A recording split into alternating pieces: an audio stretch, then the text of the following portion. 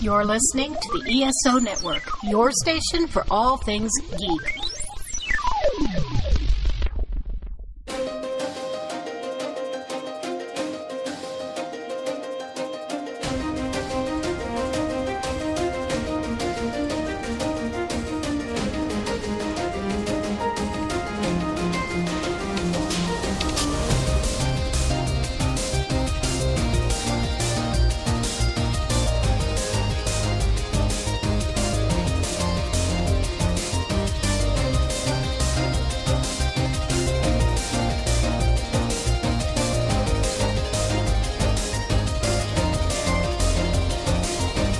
Hello and welcome to the 42 Cast, your ultimate answer to fandom, geekiness, and everything. As always, I am your host, Nathan, and we have another great episode lined up for you because we're going to talk about heroes! Not the TV show Heroes, but the concept of a hero. But before we do that, let's meet our caster this week. So, starting off, he is the guy that still has Thanos on his couch, and that is Eric. How are you doing, Eric? Well, depends. When was the last time I was on? I don't work for, I work for I work for a franchisee at this point instead of working for a global chain restaurant now. So hooray! Changes in my life where I'm treated like the experience that I have actually means something or something. Well, that is good. Instead of micromanaged to hell for 4 freaking months of my life. Oi. So I'm doing better than I was, which is nice. Good. Less stressed. I was kind of the only manager on this weekend, except for obviously the manager and the general manager. But it was just like, yeah, you know what you're doing, Eric. We can leave, and it's like, correct.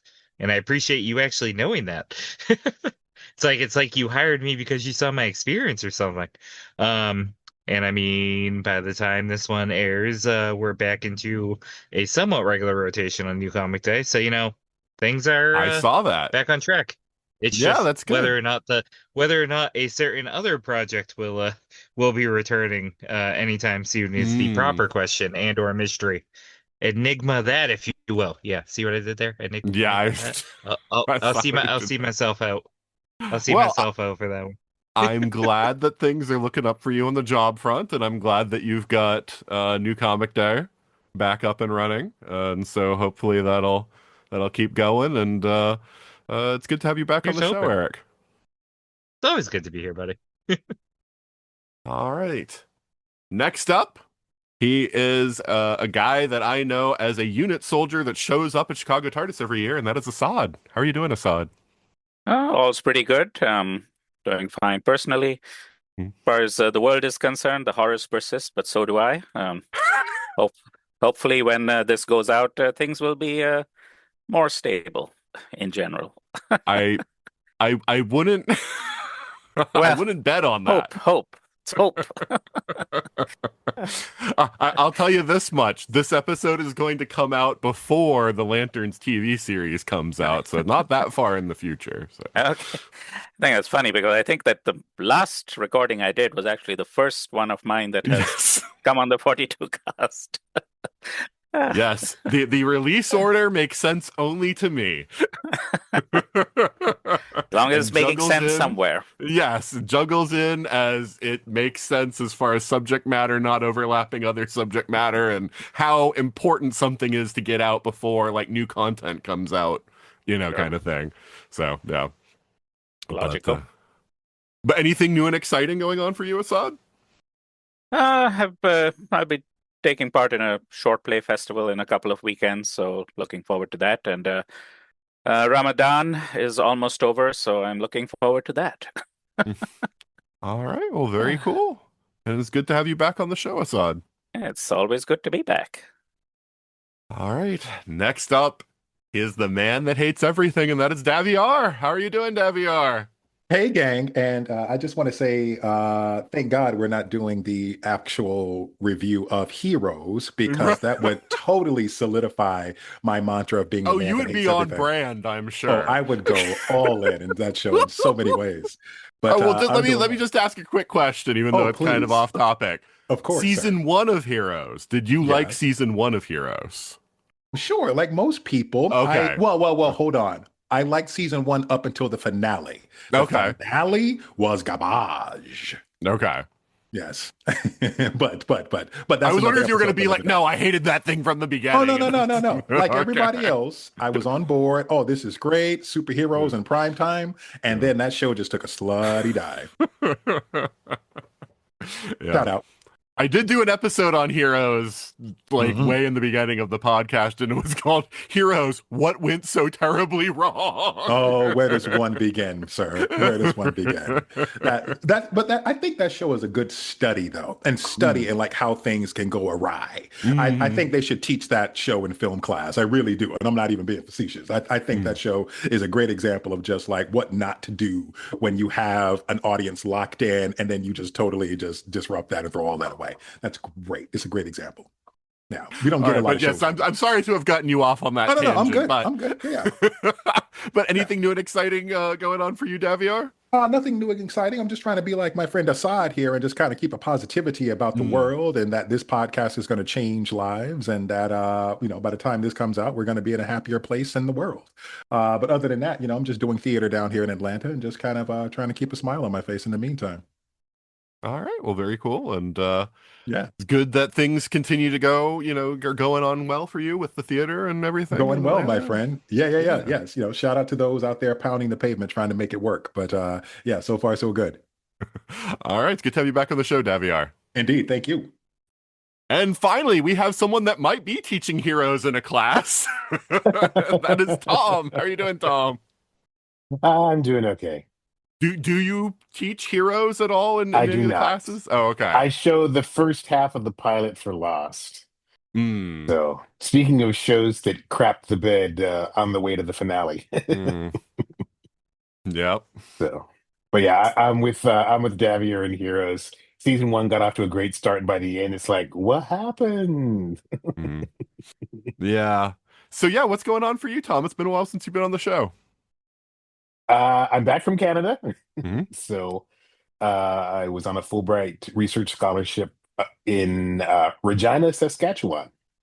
If it doesn't sound like a dirty, if the town's name doesn't sound dirty, you're not pronouncing it right. Mhm. But I had a great time in I had a great time there, and then a lot of crazy stuff is going on with my job here in West Palm. So, but it got really cold in Canada. Oh, I bet. It was so cold. Oh well, yeah, because you weren't just in Canada; you were in like the plains part of Canada, I was right?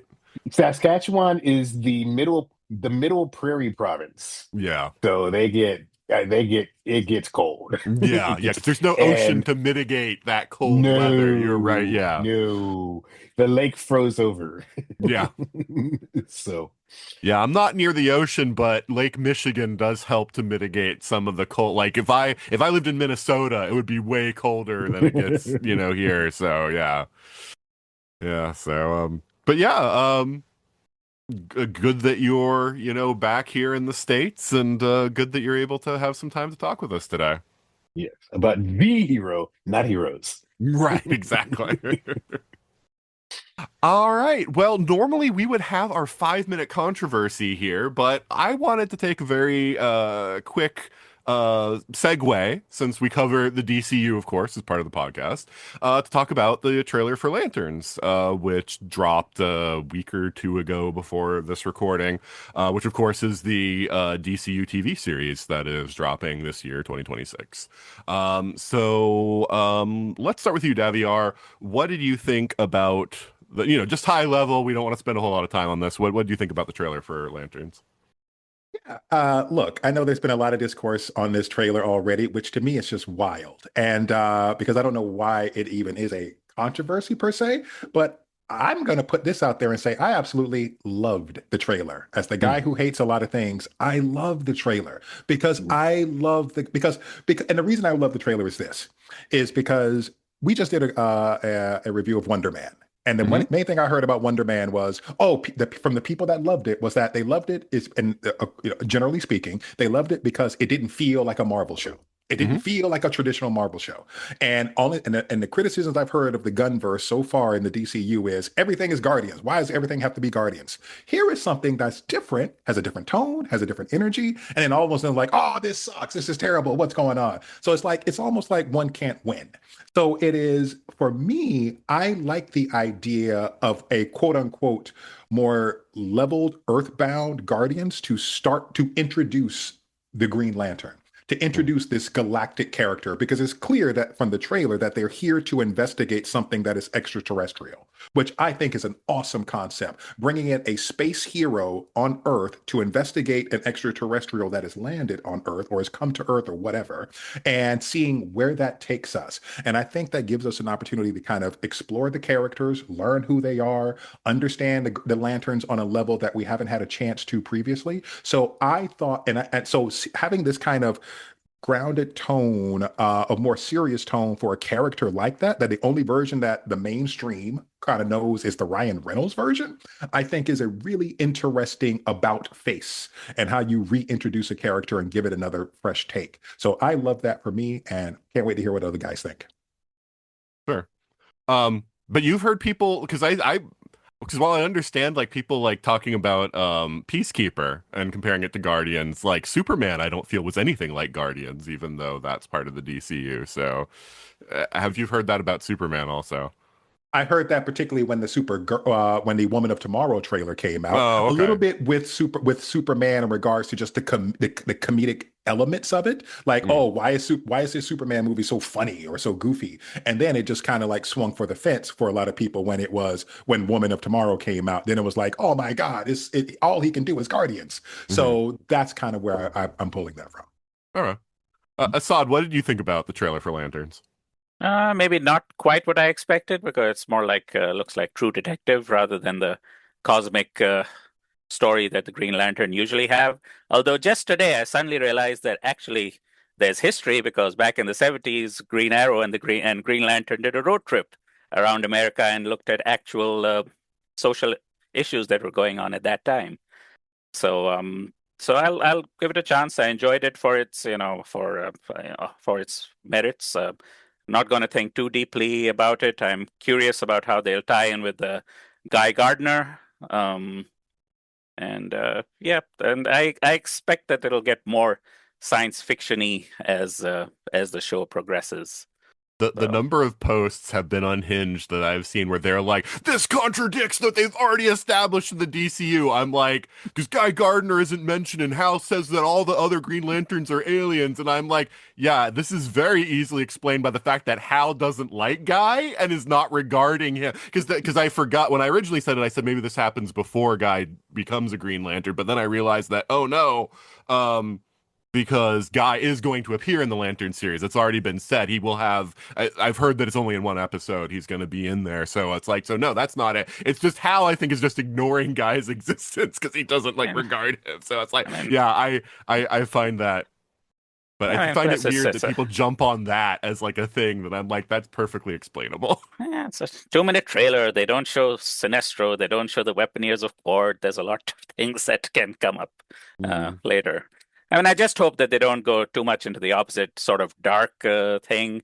I mean, when Hal Jordan drops his F bomb, I was kind of had a bad flashback to Titans, where it's like F Batman. That shows we're badass. So we'll see. All right, Eric.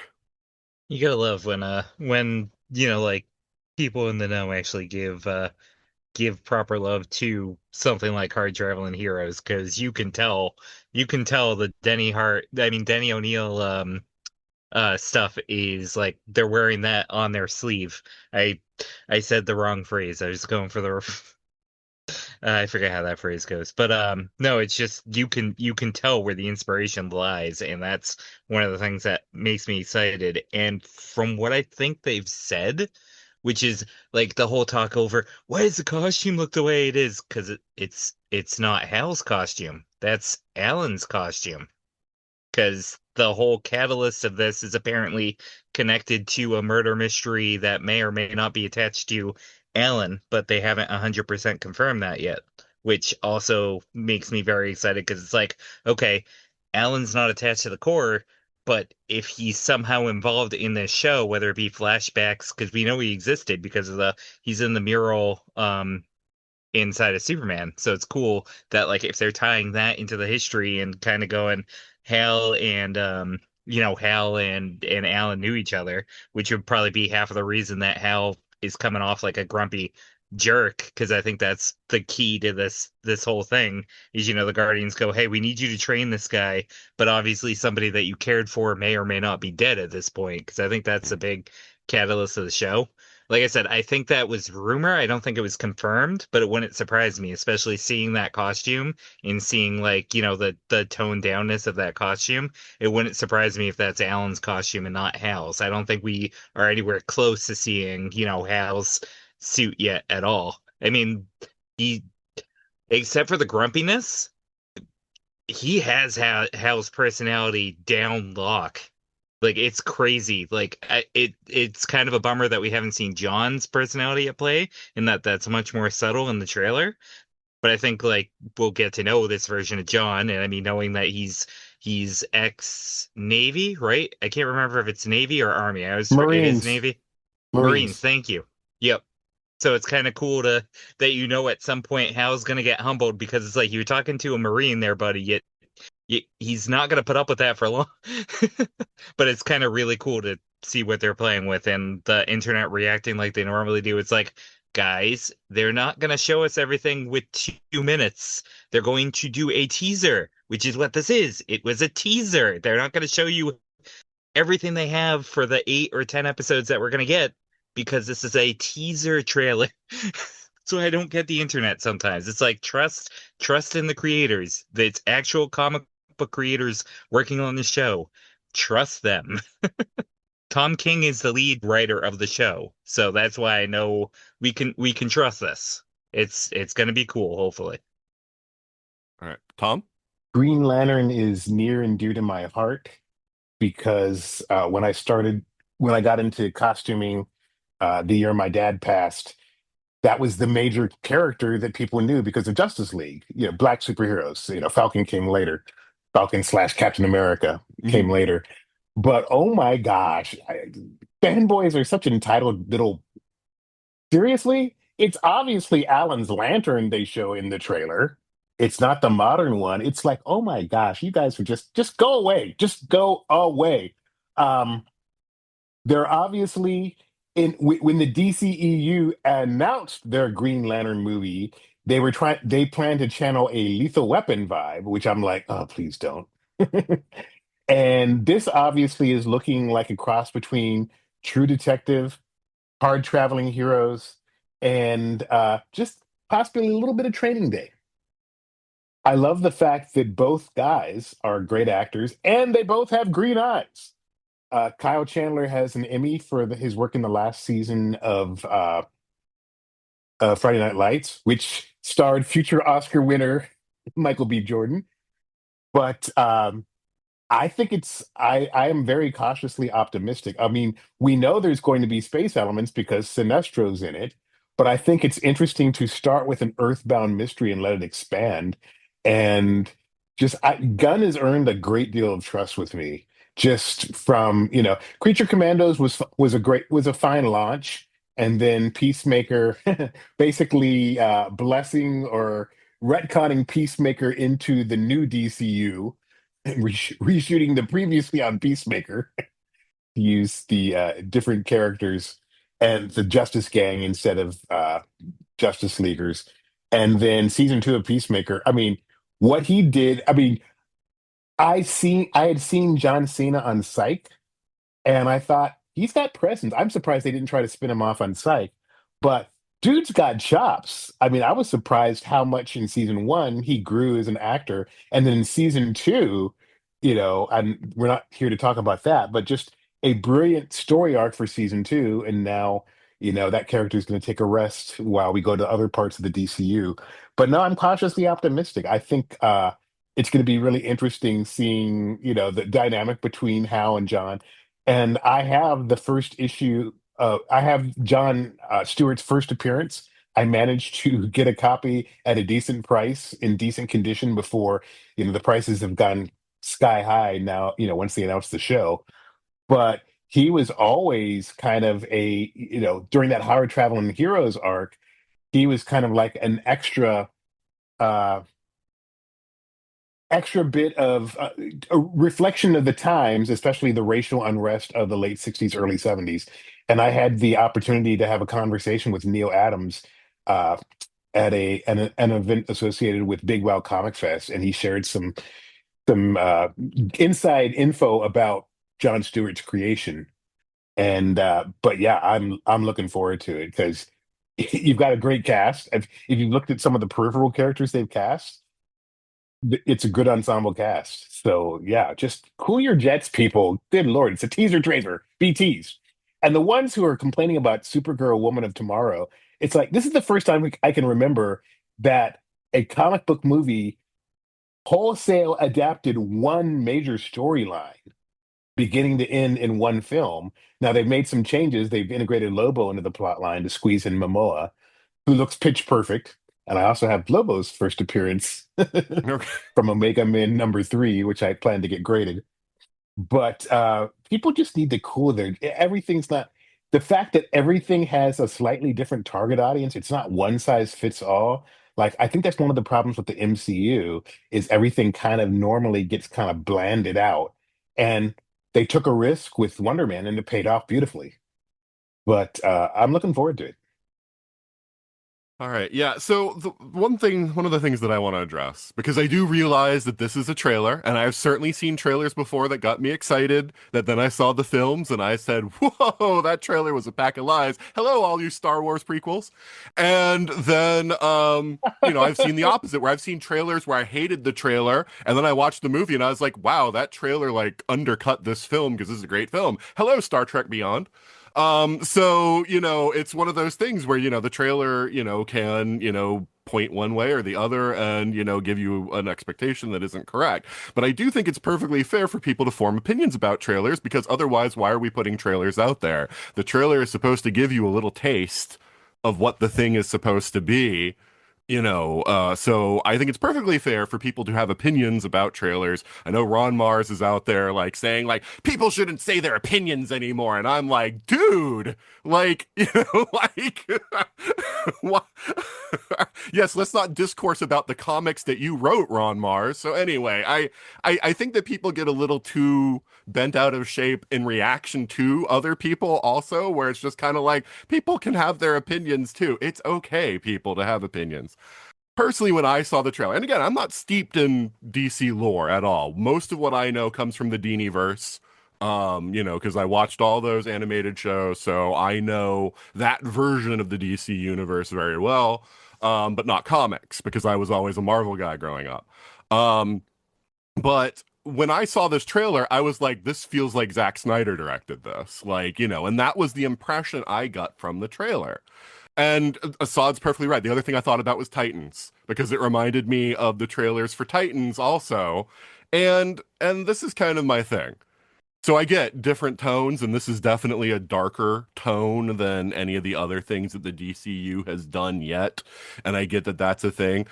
For my personal tastes, I don't want to see two guys, who look like they hate each other, going on a dusty road. Like, you might as well make this a Western, like it's like two guys going down a dusty road, seem like they hate each other, and everything seems gray and brown. And just like, I'm like, it's supposed to be a comic book movie, guys. Like, I want to see fun. I want to see, powers. I want to see, that kind of stuff. So I'm a little worried that it's stuck in that mode of we got to make this grounded or people won't get it. And that, which was the slog we've been told for 20 years, where all these movies came out where they undercut all the comic stuff because they were like, audiences won't accept any of this, so we've got to make it grounded. So we're going to take out all this colorful stuff, both in character personalities and in powers. And, and maybe I'm wrong. Maybe I'm going to watch the show and they just decided not to show us any of that in the trailer. And that's what I'm hoping. I'm hoping that that's but then again, I wonder, why did you choose to present this in the trailer? Because this to me doesn't look like what I want. And some of it's just aesthetics. For instance, I don't want the Green Lantern suit to be a physical suit. I like transformation sequences. I like the idea of the ring transforming the person into like the Green Lantern. But again, I don't know how long, if that's in the comics or if that's just an animated thing. I just always like that sort of idea. And that's more of an aesthetic thing rather than a thing, and I wouldn't have a big issue with that. But I did see that dusty coat, and I was just like, ugh, that's just like a little nitpick. And yeah, I do think though that too many of the DCU products have been TVMA, like. And I was really hoping Lanterns would be more of like a TV-14 or something like that. And I hope eventually they start doing that, because that was the problem of the old DCEU, was all the stuff on HBO Max was all like for mature audiences, and it was all like just dripping with F-bombs and everything. And again, I'm like, guys, can't we have anything for family fun? Can't we have any of these things be like, exciting and fun, and does it all have to be slogs and all have to be everybody hates each other? And I don't know, it's just we'll see. But I am nervous about it, because it basically hit a bunch of the things that and again, not the things that you guys who are steeped in the lore for decades, that you guys clued into, I wouldn't have gotten that. But the thing is, I think a lot of people watching the trailer wouldn't get that either. So that's the thing. So is this something just for the hardcore fans? So we'll see when we get it. But Can I talk about the elephant in the room? What's that? The stink of the Ryan Reynolds adaptation.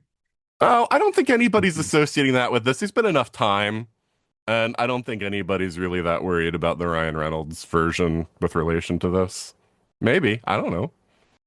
I think it'll be interesting to see what the second trailer looks like, because they've probably seen some of the feedback of the first trailer. And I think even with PG-13, they have space to drop one F-bomb. So maybe that we saw that. True. It's true. Yeah. Yeah, and Nathan, I totally hear you on that, and everybody having opinions. I just wish that, because that is what this community is built on, is debate and conversation on comics and movies and all of that.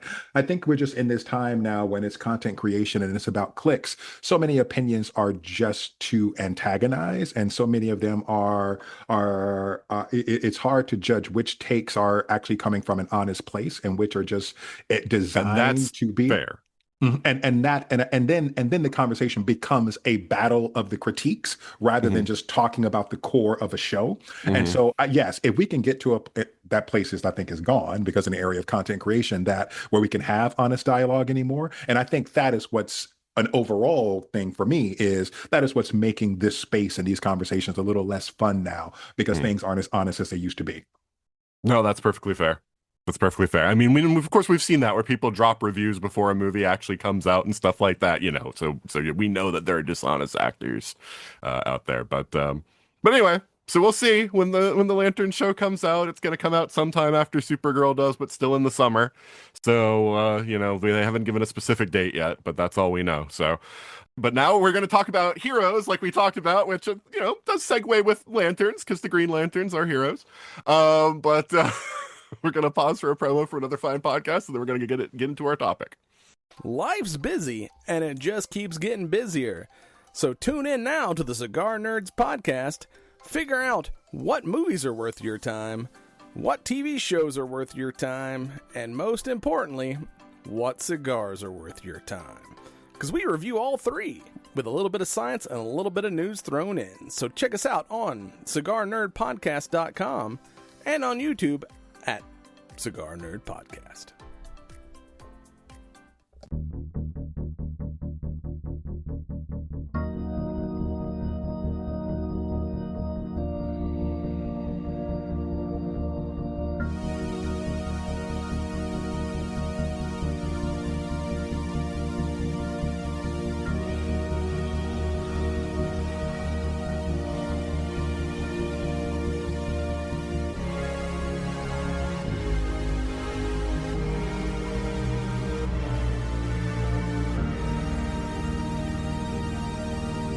And we're back.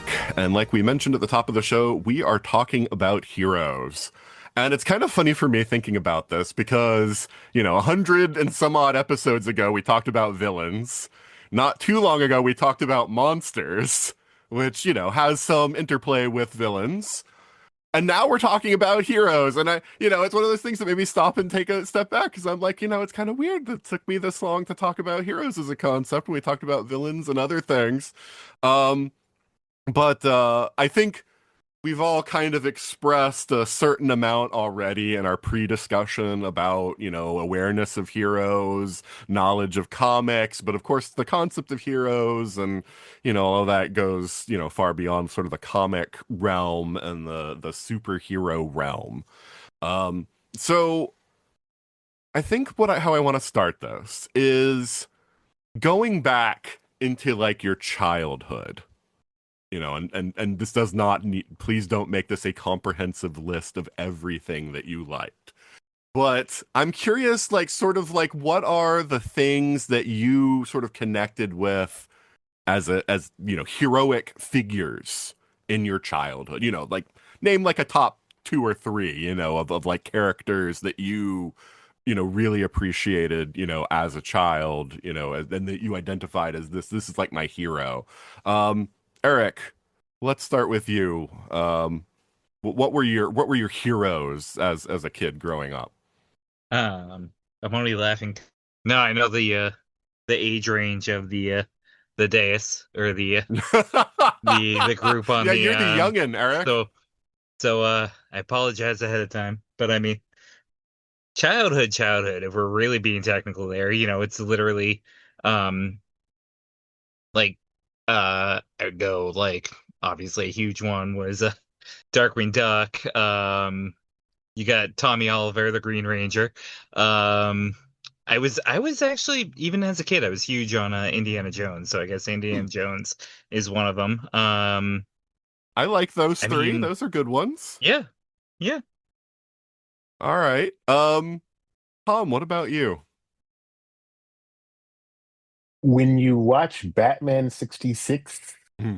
when it airs originally, you as a child, you want to be Robin, not Batman. So Dick Grayson has been and will always be my favorite hero. And the fact that he was allowed to grow up with me to become Nightwing. If Dan DiDio had killed him, he really wanted to, and Oh. somebody somebody talked some sense to him and said, "Do not do that." I would have quit DC Comics cold turkey. Oh. But Batman 66 was my gateway. Batman 66, the Filmation Superman cartoon, and of course Spider-Man 67. Those were my 3 gateway drugs entry into the wonderful world of comics and collecting.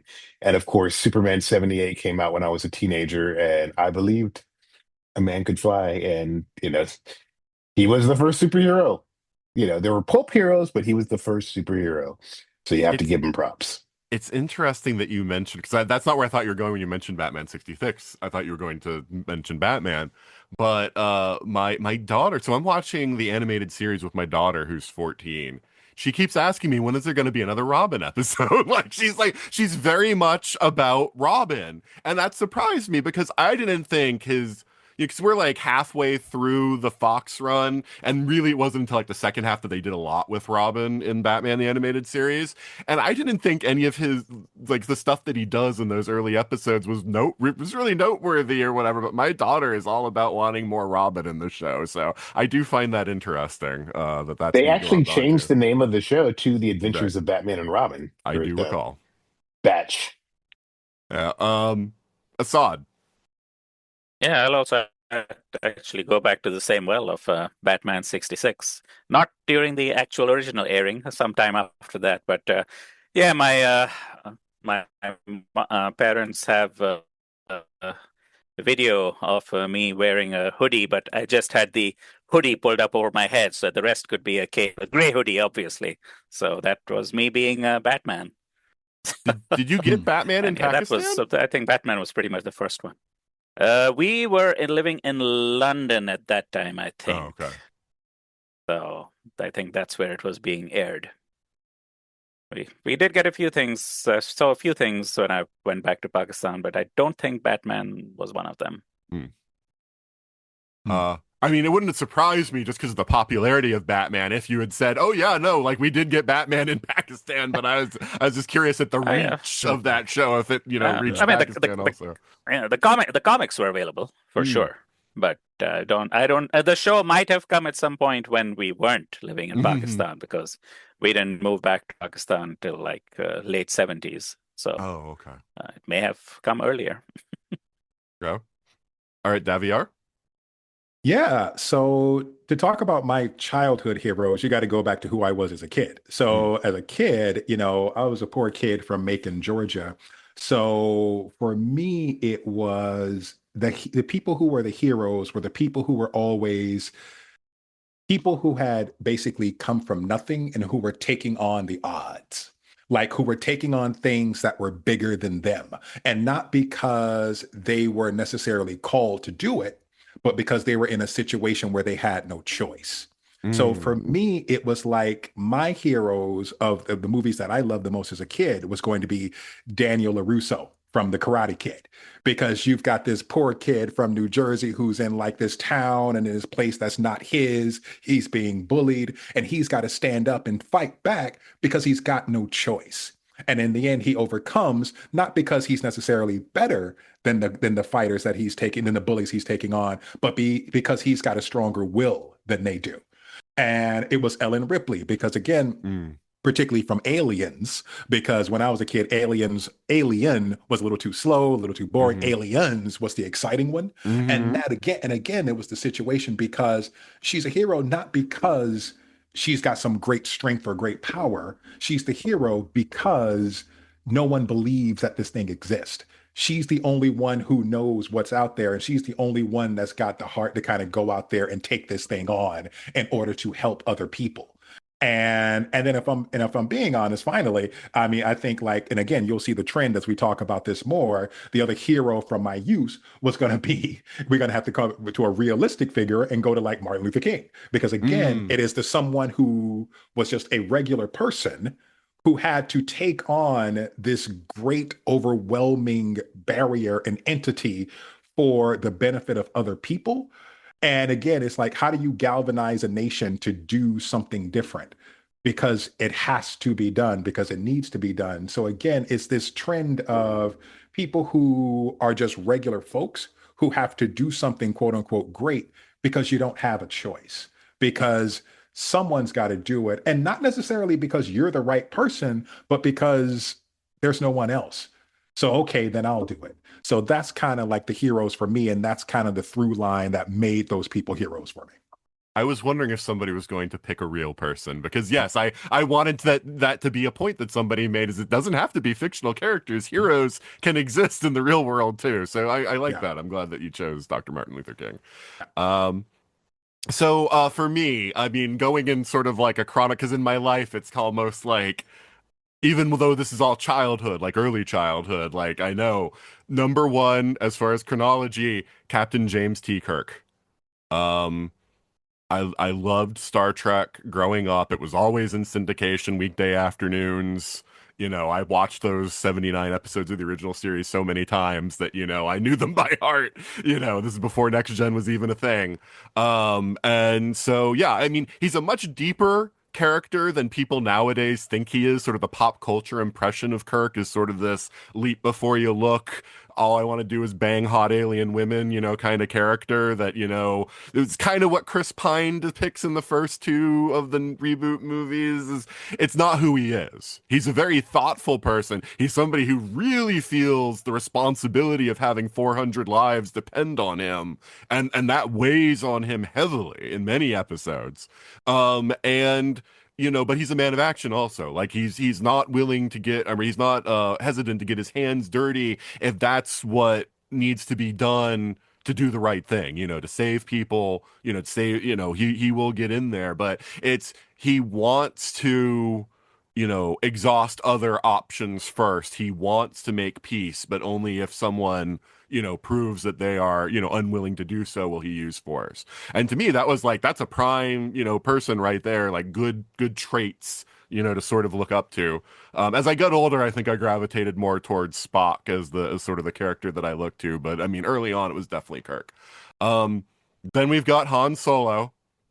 And, as much as I love Luke Skywalker, love lightsabers, love all that stuff, to me as a character, Han Solo was the interesting one, right? Like, he's the guy that you think is going to do the wrong thing, but always shows up and does the right thing, right? And, it's become a trope now. So many characters have sort of, done that same thing. But at least for me, and I get that that goes back before him also, sort of the rogue with the heart of gold, sort of thing. But for me, that's the thing as a child that I first experienced that trope with. And absolutely loved Han. I loved the fact that he was charismatic and dynamic. But like I say, he always ended up doing that. Even if he talked like he was selfish, he could tell he really wasn't because he always ended up showing up and doing the right thing. And then the third one is the Doctor from Doctor Who.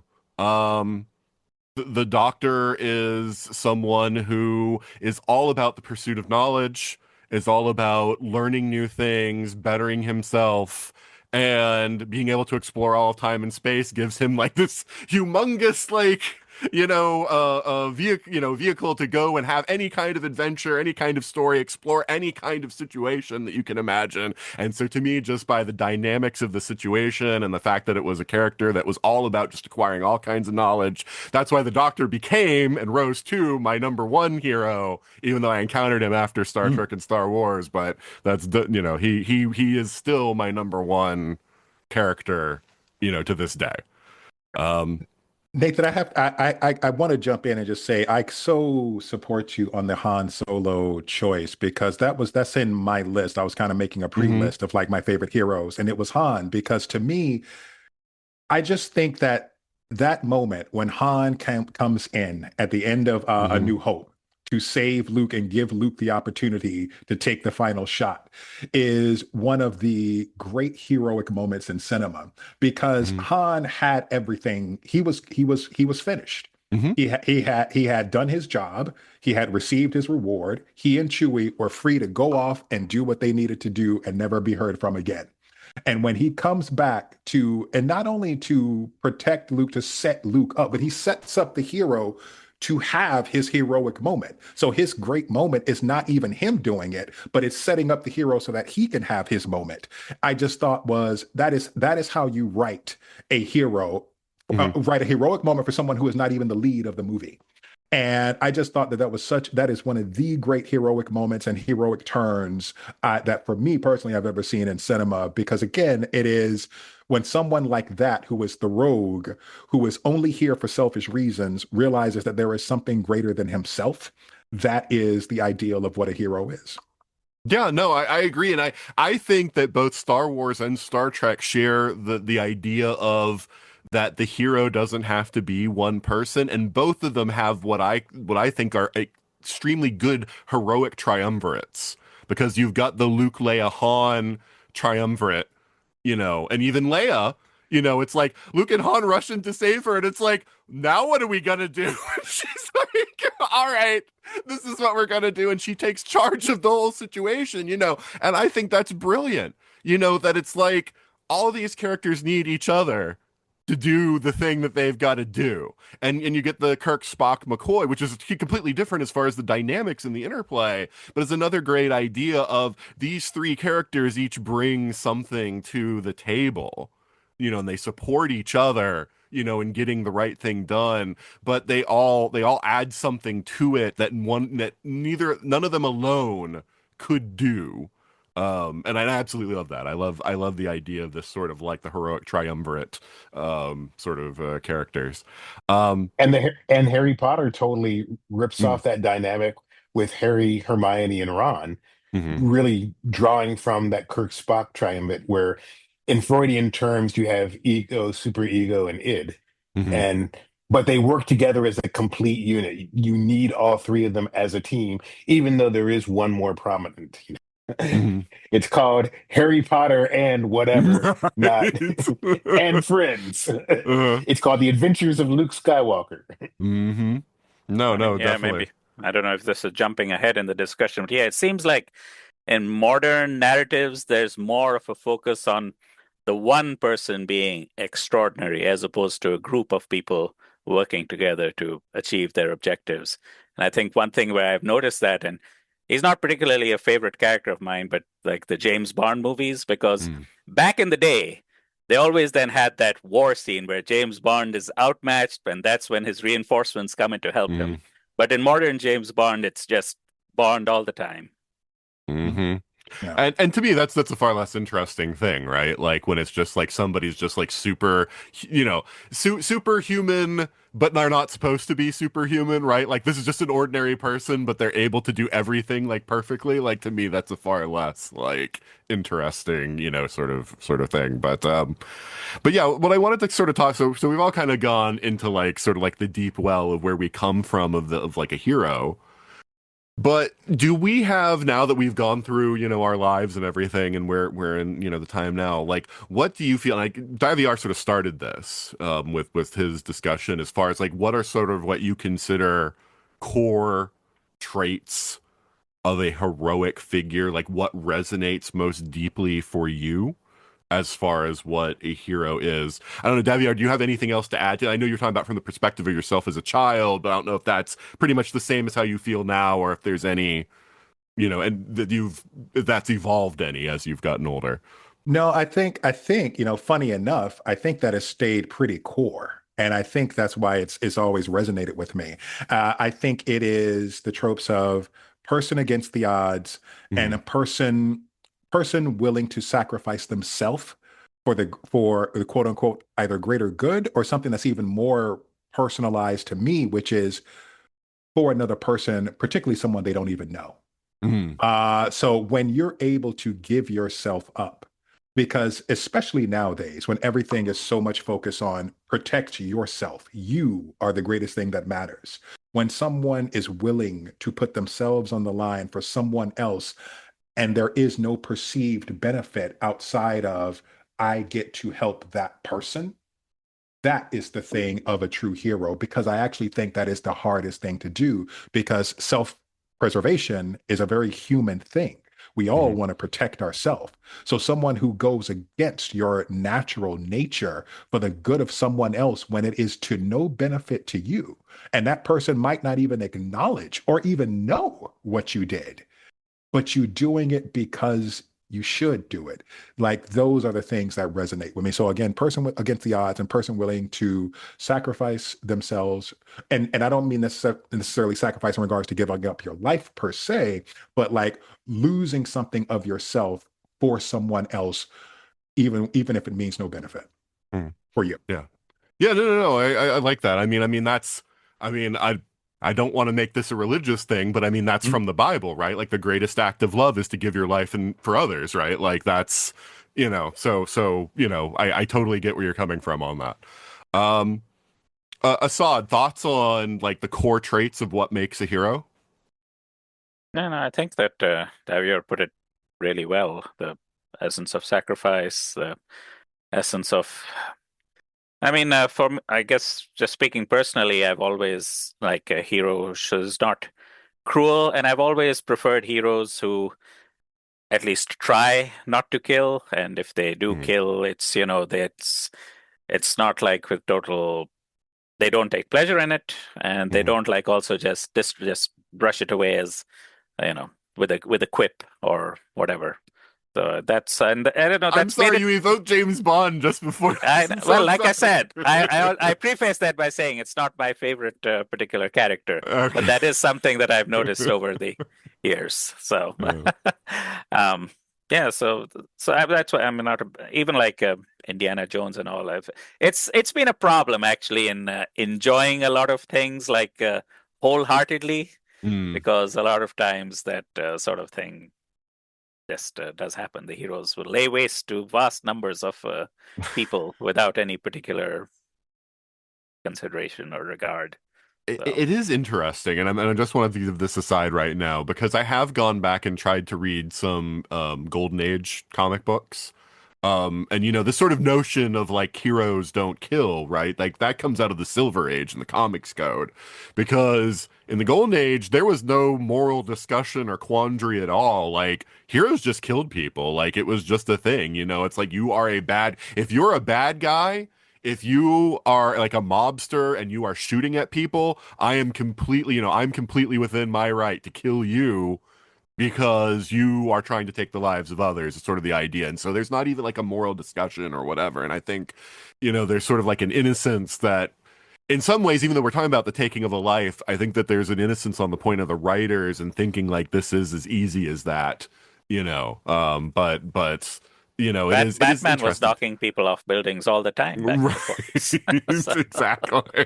Yes, the no kill rule came later.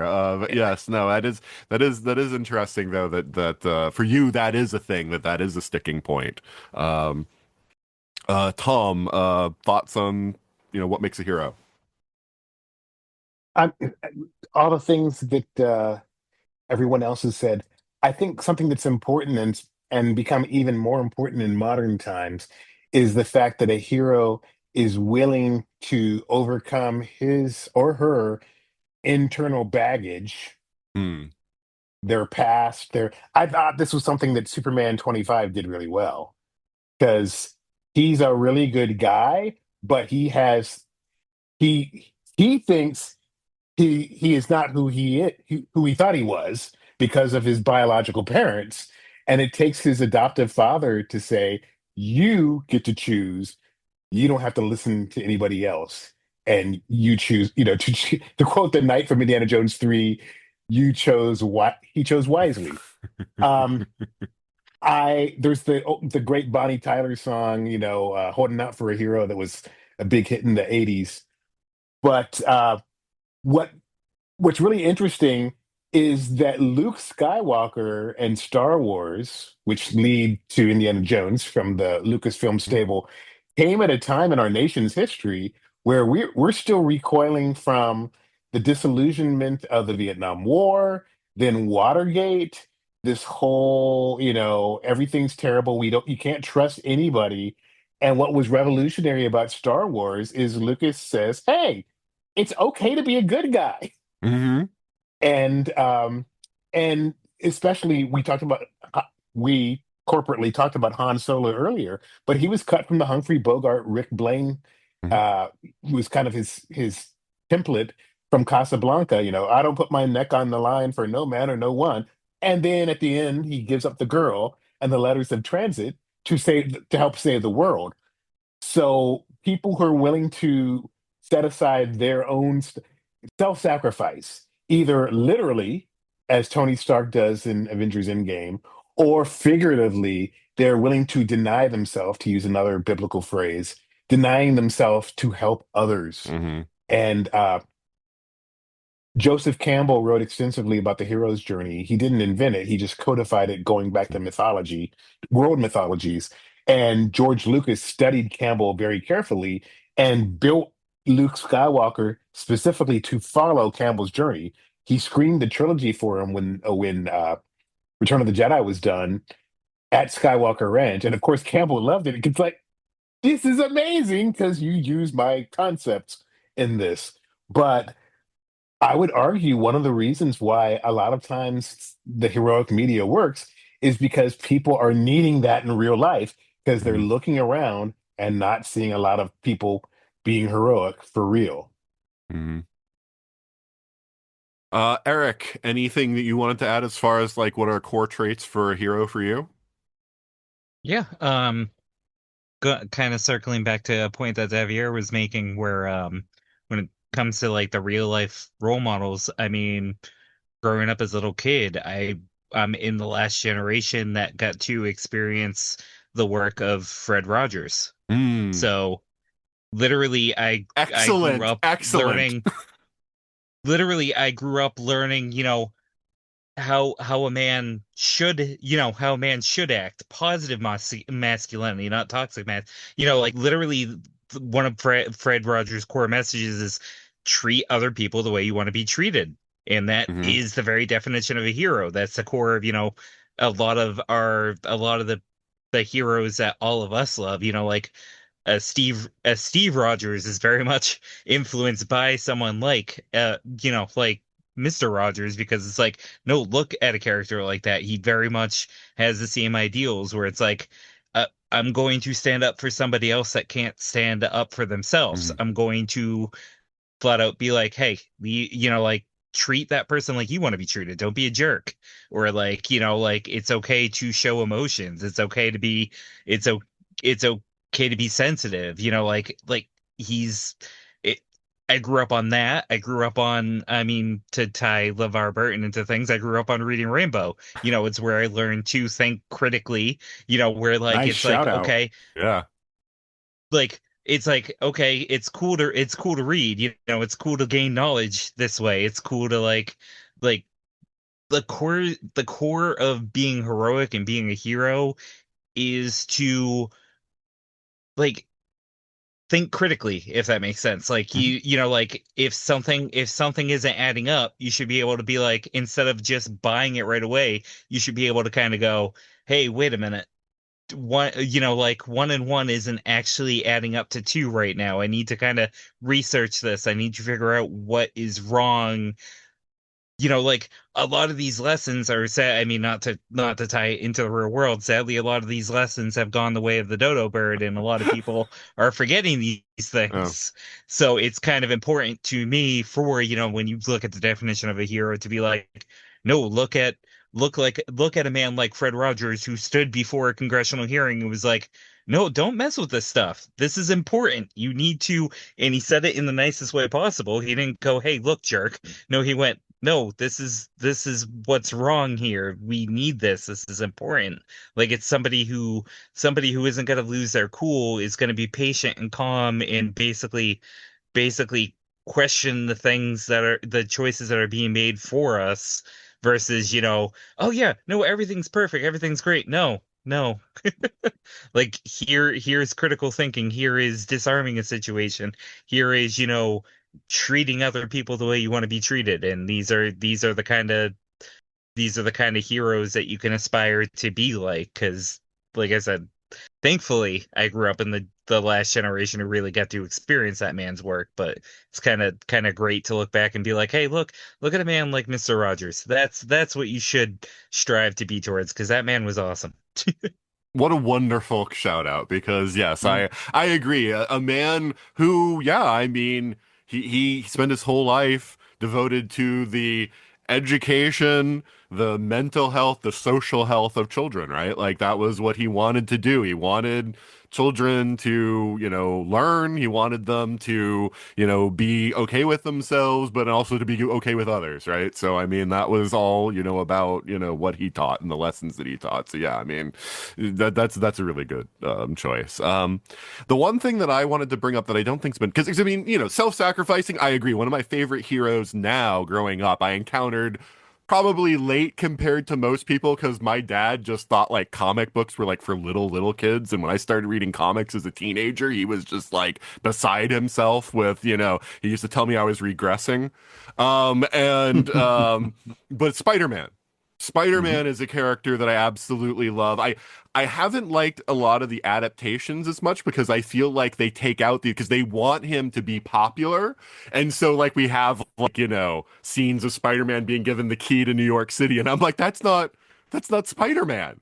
Like the whole idea of Spider-Man is Spider-Man because the media, is always against him.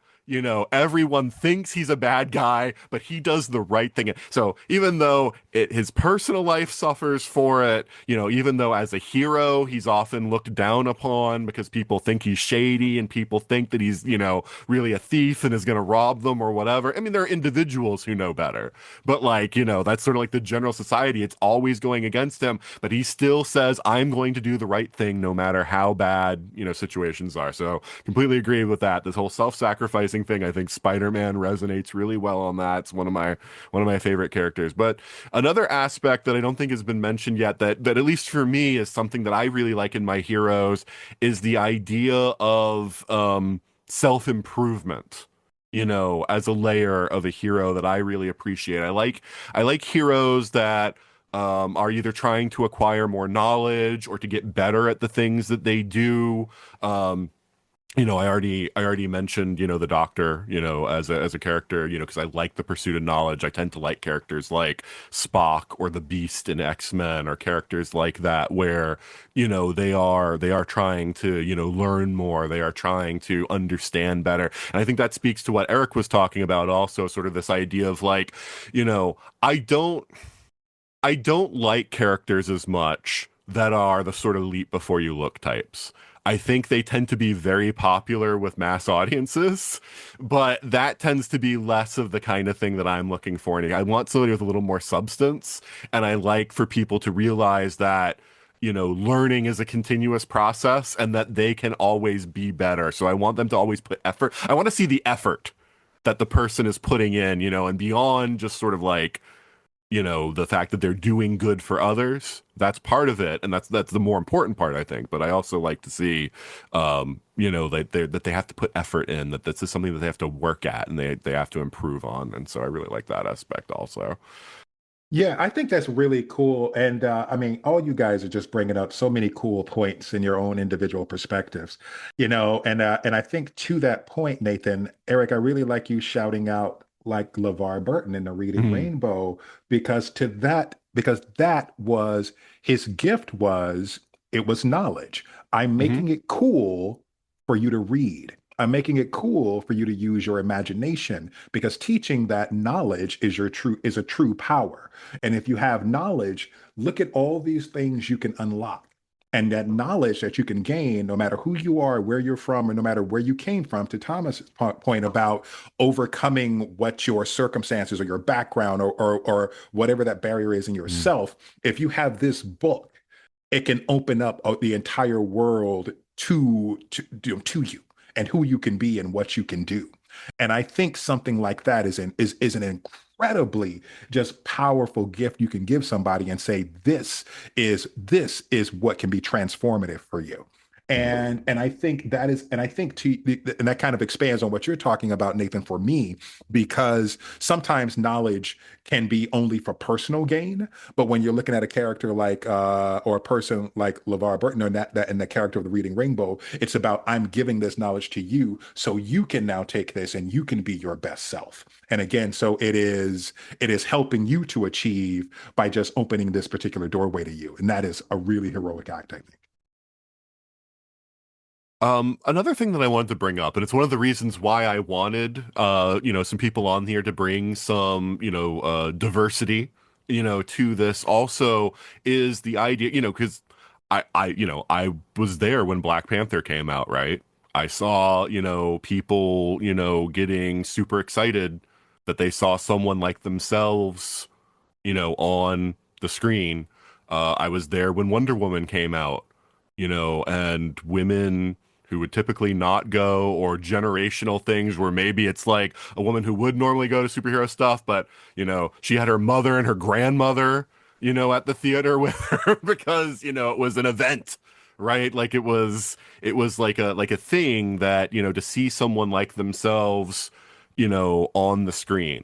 And so one of the things that I wanted to ask, um because myself, as as a white guy, right, like, like it's not difficult for me to find like What? characters who look like me. Like, so one of the things that I wanted to ask is, because we talked about these traits, and these traits are traits that can occur in anyone, right? Like these are not traits that, are it doesn't matter what your background is. It might make it easier for some of these things than others, depending on your background. um but what are your thoughts as far as like the importance of representation for heroic figures? Um, so let's start with you on this one, Tom. I'm glad you're starting with me because I would guess I'm probably the oldest one here. Mm. But back in the day, you didn't see a lot of black people on TV. Right. And Star Trek was a ground setter because Hmm. not only do you see a black woman on the bridge of the ship, but she gets to sit in the center chair in an episode. And she's not, you know, she is the communications officer, but she also, if necessary, can take command of the Enterprise. And the effect that she was going to quit, there was a famous Hmm. story she was going to quit Star Trek, and Dr. King himself talked her into staying because it's like people need to see you there. You have no idea how much influence you've had. The fact that she helped recruit not just black astronauts, but female astronauts in the 70s for the space shuttle programs. And one of the young children she inspired was another future Oscar winner, Whoopi Goldberg. So, and Whoopi, season one of Star Trek, Next Generation, Whoopi contacted LeVar and said, "Tell Gene I want in." And Gene didn't think it was serious. And then she had to make contact herself. And that's how Guiding came to be. And she ends up being in a whole bunch of that. I think she's in more episodes of TNG than there were original episodes of TOS. But it's so important because, I talk about this in my TV appreciation class. Diane Carroll is the first Black woman to have a TV show not playing a domestic, and the networks didn't want it. And the producers, basically won. It went 3 seasons. Bill Cosby, before we found out, things about him recently, but he was an I Spy with Robert Culp, not as his manservant, but as his partner. They were both spies. His cover is as the tennis player. Um, just so important to see.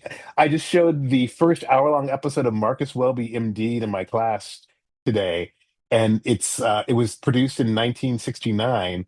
But you see the classroom of the school teacher, played by Susan Clark, who is in a Star Trek episode, I think playing an Orion Animal Woman now is the proper Star Trek term. But we see kids of all colors in the classroom instead of just a bunch of white kids. Like the whole Leave It to Beaver thing, which drove me. I mean, Happy Days even is. If you see the original pilot for Happy Days, it was a spin-off of Love American Style, Love and the Happy Days. One of the plot lines is Howard's upset because Marion lets the black mailman sit in his chair. And I don't know if we ever see another black person in the 11, how many ever years the show ran. It's just, I'm glad that TV has done so much better in recent years, thanks to, forward-thinking producers like Ashonda Rhimes. And there are many others, but just I show the Grey's Anatomy pilot because you have a cast that's majority women, and you have quite a few non-Anglo characters in that ensemble cast. But yeah, I'm glad we live in a world where we tend to see more representative TV shows than not. Although every once in a while we still, whatever you think of the movie Super 8, I don't care if J.J. Abrams didn't have any kids of color in his neighborhood. Dude, you owed it to fans of color to put one in the ensemble. And thankfully, the Stranger Things producers did not make that mistake. And I've met Caleb McLaughlin, and it's been wild to see him grow from a kid into a young man. He was the lead in a Netflix movie. Two of my former students co-wrote, one directed, one produced. But yeah, representation's everything. And time after time, movies that have casts that reflect the country tend to do better box office wise. Sinners, big, huge box office hit, won quite a few Oscars. It has a multiracial cast, and it's important. It's just important. I got to stop. I'm on my soapbox. I'll take somebody else in. I did like that you mentioned Nichelle Nichols, though, because I mean, even though Whoopi Goldberg is probably the most famous person I have heard Nichelle Nichols cited many, many times by many people as just how important that was to people, not necessarily because they were going to end up getting into acting or whatever, but just to see a woman being taken seriously, in a group, or because she was in, around leadership, or because she was in a technical field, or all this stuff. Joe Martin, who has been on Doctor Who as the fugitive doctor, she listed Nichelle Nichols, and she said, like, I wasn't a Doctor Who fan growing up. I was a Star Trek fan, and she listed Nichelle Nichols as the thing. She was like, I was so excited that there was a black woman, on the bridge. So yeah. Assad. What are your thoughts as far as like representation for like hero, figures? Yeah, I think it's I think I'll just jump back to Star Trek for a moment. That I think it's interesting how maybe it took advantage of its setting being in the future, because you have characters like Dr. Daystrom, you have many engineers, captains who are non-Caucasian, and it's not an issue. And I don't know how many other shows of that time, even ones where you would think you have the possibility of seeing more ethnicities. I don't know how many black uncle agents there were. I don't know how many times the Twilight Zone had characters of color in it. So, and these are shows that could have shown more. So now I sort of changed my tune on representation. Initially, I really couldn't figure out what the big fuss was, but that was because growing up, watching Hollywood movies and all and TV shows, the most you could hope for is that, man, I hope the bad guy is not like an Arab or South Asian person. So, but once I've started seeing more people of mine or similar ethnicity showing up in TV shows, I've had to change my tune on that, because I do like it. I appreciate it. And it makes a difference about also who they consult with, who's in the writing room, about how much things they can get correct. Because Miss Marvel, I mean, I loved Miss Marvel. Everything that they showed just seemed right about South Asian community in the US, especially like a second generation South Asian.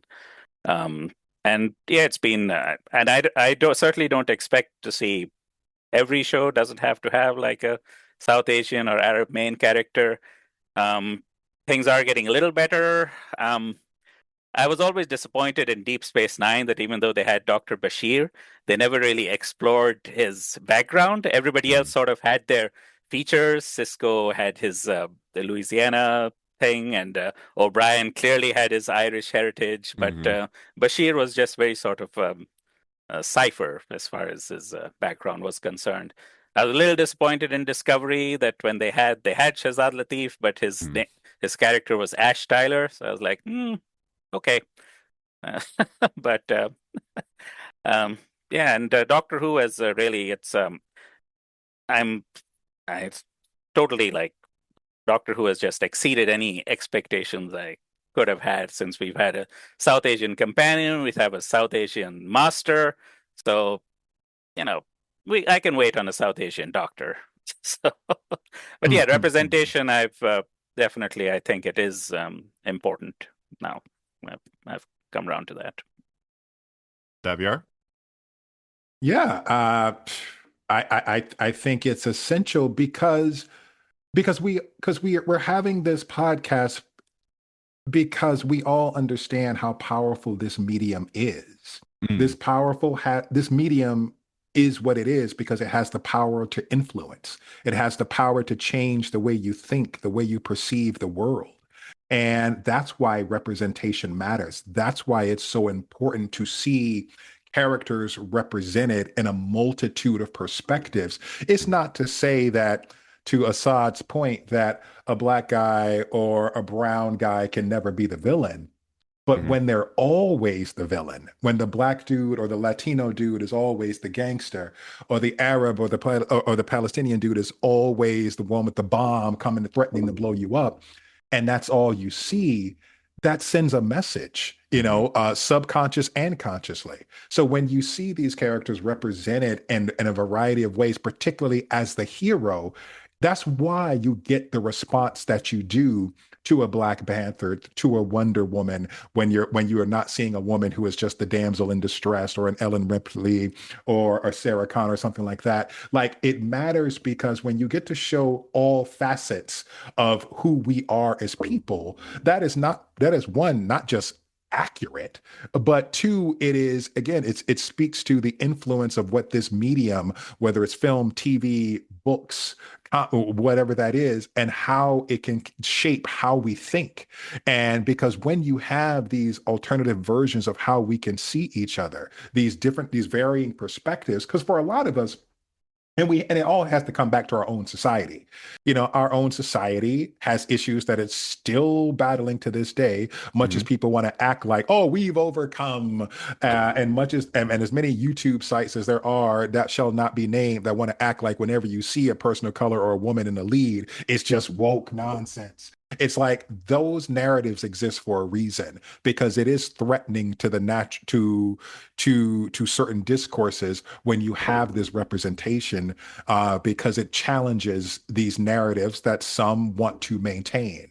Because once you open that door and kind of show that we are all that there are multiple sides to all of us, you truly can present a society that maybe can move beyond that one day, but you can't, and art is a major tool to get us there. So the more representation, and particularly in layered characters, because it used to, and I think that's important, that I think it's not enough just to have representation, but they have to still be human.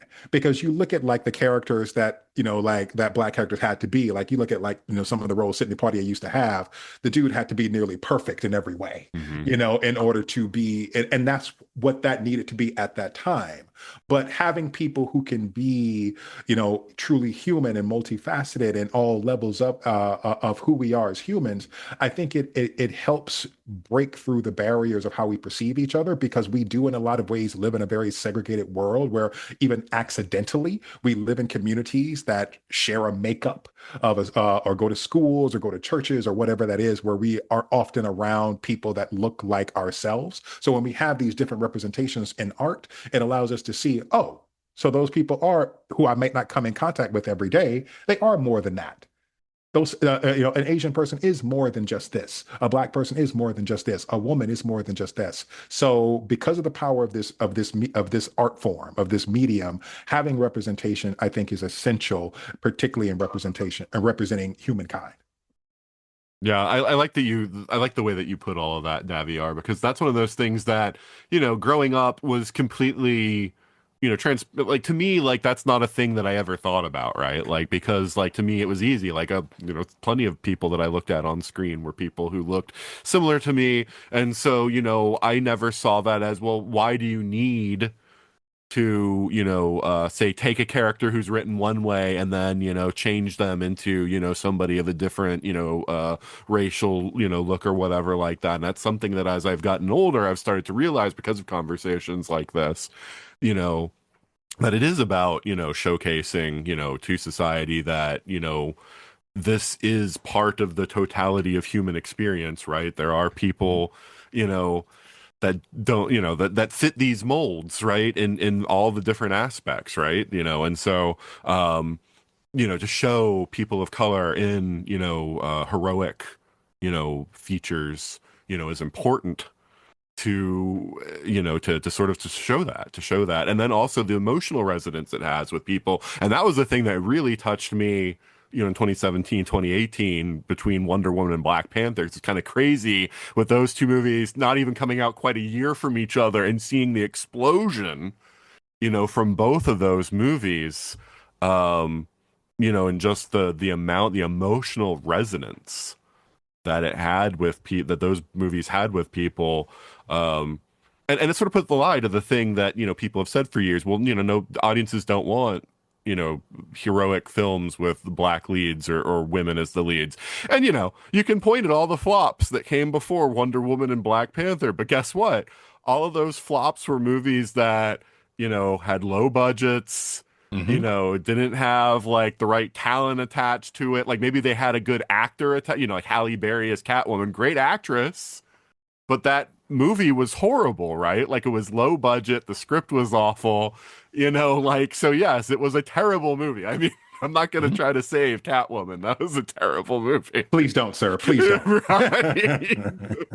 But that was the reason why, right? Like it didn't have the effort behind it. Whereas if you put a great director, a great star, and a decent budget, a good script behind it, we see two movies that did very well because they actually put the effort into the movie. And then you see that, oh yeah, actually they are popular, and in fact, you'll get a lot of people coming to the movie theater who wouldn't normally go because of the fact that you put the A-list talent behind a person of color led film or a female led film. Yeah. So. Yeah. So I wanted to talk a little bit about anti-heroes also. It's one of those things that, you hear, people talk about the fact that, like, they don't like the goody two shoes, right? Like, or however they want to say it, but like the heroes that are, like Assad was talking about, he doesn't like a hero that like glibly kills people, right? Like, he wants somebody that is going to have that's a last resort if they're going to do it at all, right? But we've all mentioned like traits for heroes that are very much, I think, in sort of like the classical mold, right? Like the heroes that are, you know, um, very virtuous, they're self-sacrificing, all that kind of thing. But, it's definitely become, popular, at least since the 70s, I think, to have the anti-hero type characters, the ones who, just get the job done, and don't care about who they hurt along the way, as long as they clean the streets of, whatever, bad guys, that they can get rid of. So, like, what do you guys think about like anti-heroes as a concept? Do you feel like it's sort of, overly cynical? Do you think there's a place for both anti-heroes and heroes? Like, what are your thoughts on that? So, Eric, we'll start with you on this one. Like, what are your thoughts on the anti-heroes? Yeah, there is really, really sadly a whole bunch of people that don't like creative people too, that don't understand how to handle like an anti-hero correctly and think like, look at how edgelordy I can be with this, for lack of a better term, because the whole, does this A on my forehead look like it stands for France? Freaking Mark Miller, who is such I hate the Ultimate Universe so much. I could rant about Mark Millar and his hack writing for years, literal years. But no, like that's how we got characters like Homelander in the first place, because it's like, comic book wise, it's writers going, look, I don't understand the concept of superheroes, so I'm tearing it down.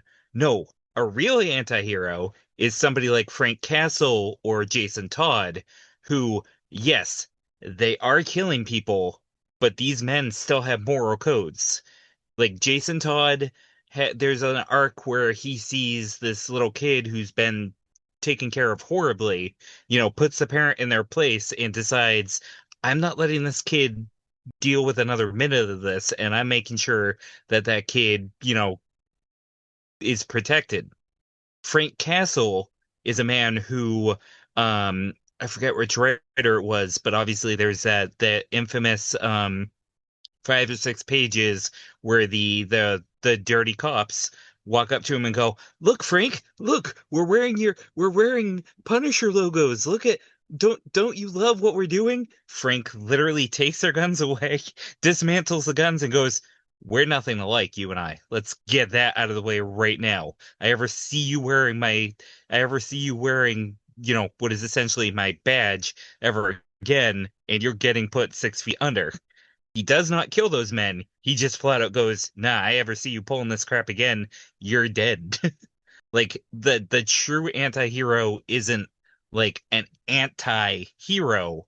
It's people who, while pushed to their edge, still, at the end of the day, while yes, it's very screwed up, yes, they might like murder, maim, or like completely destroy somebody, they still have a moral code. They're still going to be like, okay, like obviously it's somebody that, like, in Frank's weird moral code, like at moments, like he still wants to be the guy that, like, he won't fight Steve Rogers, because Frank is literally like, "No, I'm not putting a hand on you. Like, I understand that I need to get my butt kicked by you," because we're very much two different opposite ends of the coin. Like Frank would not put up a fight in proper stories. Frank would not put up a fight against Captain America, and it has happened. But I think I'm making the point I want to make. I'm not sure if it's making No, sense what I I'm think that trying to you say do. I here. think that you're Okay. saying that there's some nuance to the whole anti-hero concept, and some people take it to an extreme level of, like you say, just complete edgelord. Like, what is the Yep. most messed up stuff that I can have this person doing that's like overly violent, crazy kind of thing? And you're saying there is another way of writing an anti-hero where it's like they have principles and things, but they have switched to the more ends justify the means in some respects. But like like there's still some morality to them and whatnot, which to me just makes the more nuance. Like I've said this before about the Punisher, I say it about Wolverine too. He's both the worst character and the best character that you can have in a story, because written well, both the Punisher and Wolverine are fascinating characters that you can really explore a lot with. But too many people, I think, write them as, me got guns, I shoot people a lot, or I got claws, I cut people a lot, and it's kind of like, okay, well, that's just dumb. I mean, because with Logan at his core, and even the way, Chris Claremont wrote him in those original miniseries, Logan is a modern day samurai. He's a modern day Ronin. He's and a those are the protector aspects who that a doesn't good have writer plays with. The fact that Wolverine realizes that it's messed up that he goes into these berserker rages and it's not something he wants to do, but it is also part of his biology that sort of like gets both his trauma and his biology push him towards these rages that he can't always control. And that creates nuance, that creates, character studies, that creates all kinds of dynamics with other characters who see him and what their perceptions are. Or you can just have, I'm the best there is at what I do, and what I do isn't nice. I cut people, blah, blah, blah, and that's not, It's I mean, like, if you want, not to get off on a side tangent, and I won't, all I'll say is, the second you have, even in an Elseworlds, I don't care. The second you have Batman pick up a gun, you have missed the point of Batman completely. Yes. But no, like Apollo is basically, oh wait, is it Apollo or is it his husband? I always mix the two of them up. The one that is Batman, but he's an anti-hero. Midnighter is Batman, Apollo, Yeah. Superman. Thank you. My bad. But those two are like the anti-heroes once again with codes of honor, because they are like the flip of the coin of Batman and Superman, and they're married and they're adorable actually together. They really are when written correctly. Those two are awesome. But I mean, like I said, at the end of the day, the proper anti-hero still has a moral code, still goes by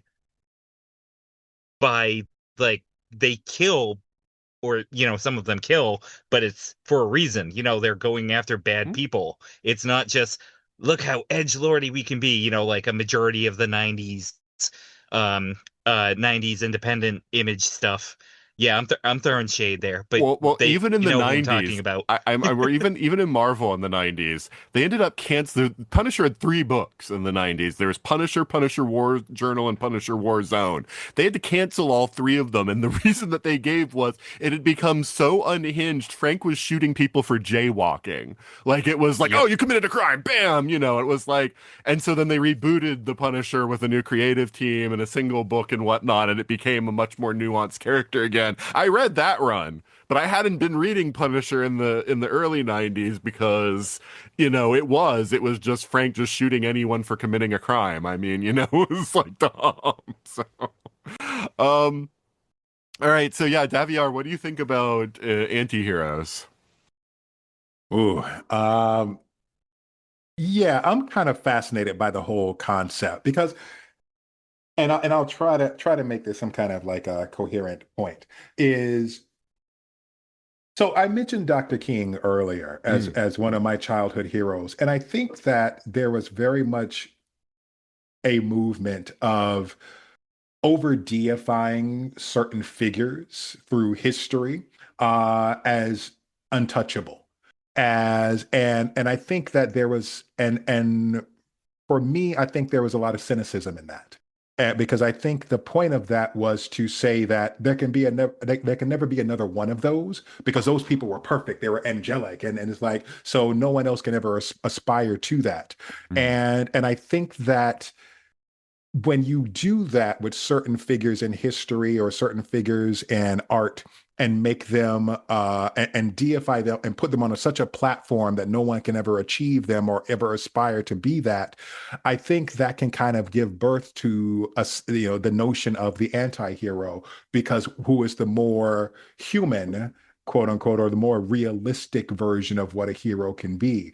And I think that I've never, while I like a lot of the anti-hero characters. I've never truly been like diehard fans of them. I mean, in our circles there people absolutely love the ground that Wolverine walks on. And I've never been one of those guys because while I can like aspects of that character, can think his powers are cool, it's like the whole notion of someone whose thing is, and I think to Eric's point about in the bad example of being the anti-hero, which is it is truly anti-heroic, like the worshiping of the Homelander type. It to me kind of speaks to a cynicism in a dark place where we are as just a people now.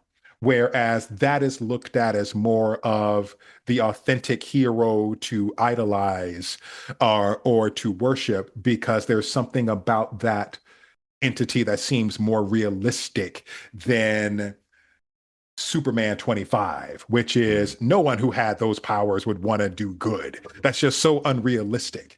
And I think this sense that someone who had the power of a god doing and using those powers for good being seen as something that is unrealistic, I think is such a reflection on just like our mindset on just ourselves and our communities today. So there's a notion of the existence of the anti-hero that bothers me on just a really gut level because because it seems like it was something that was developed as a way to kind of vilify, honestly, the traditional hero or make the traditional hero seem less cool or Mm. something less to aspire to. No, no, no, no. You don't want to be Captain America. That's corny.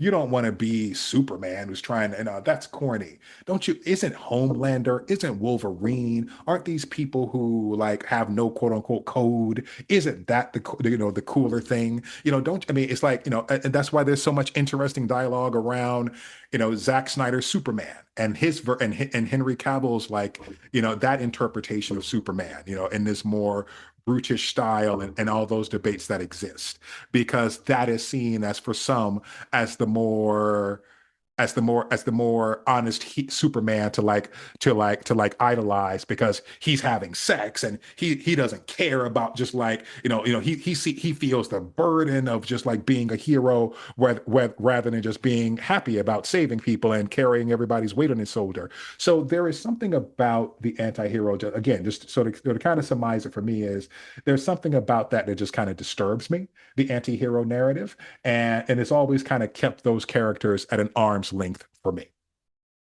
Yeah, it's to be fair to Zack Snyder's Superman, he had a father who told him that he should let a bus full of kids die. So, I mean, that's not. Yes, he It's did. not his fault. I think anyone who grew up with a dad who told him that was be a little messed up. Well, but I think, but that's the point I'm making. That Yeah, whole no. movie exists in It's a this cynical generation. mindset, yes. It's this cinema mindset of like, this is how we can look at heroes today.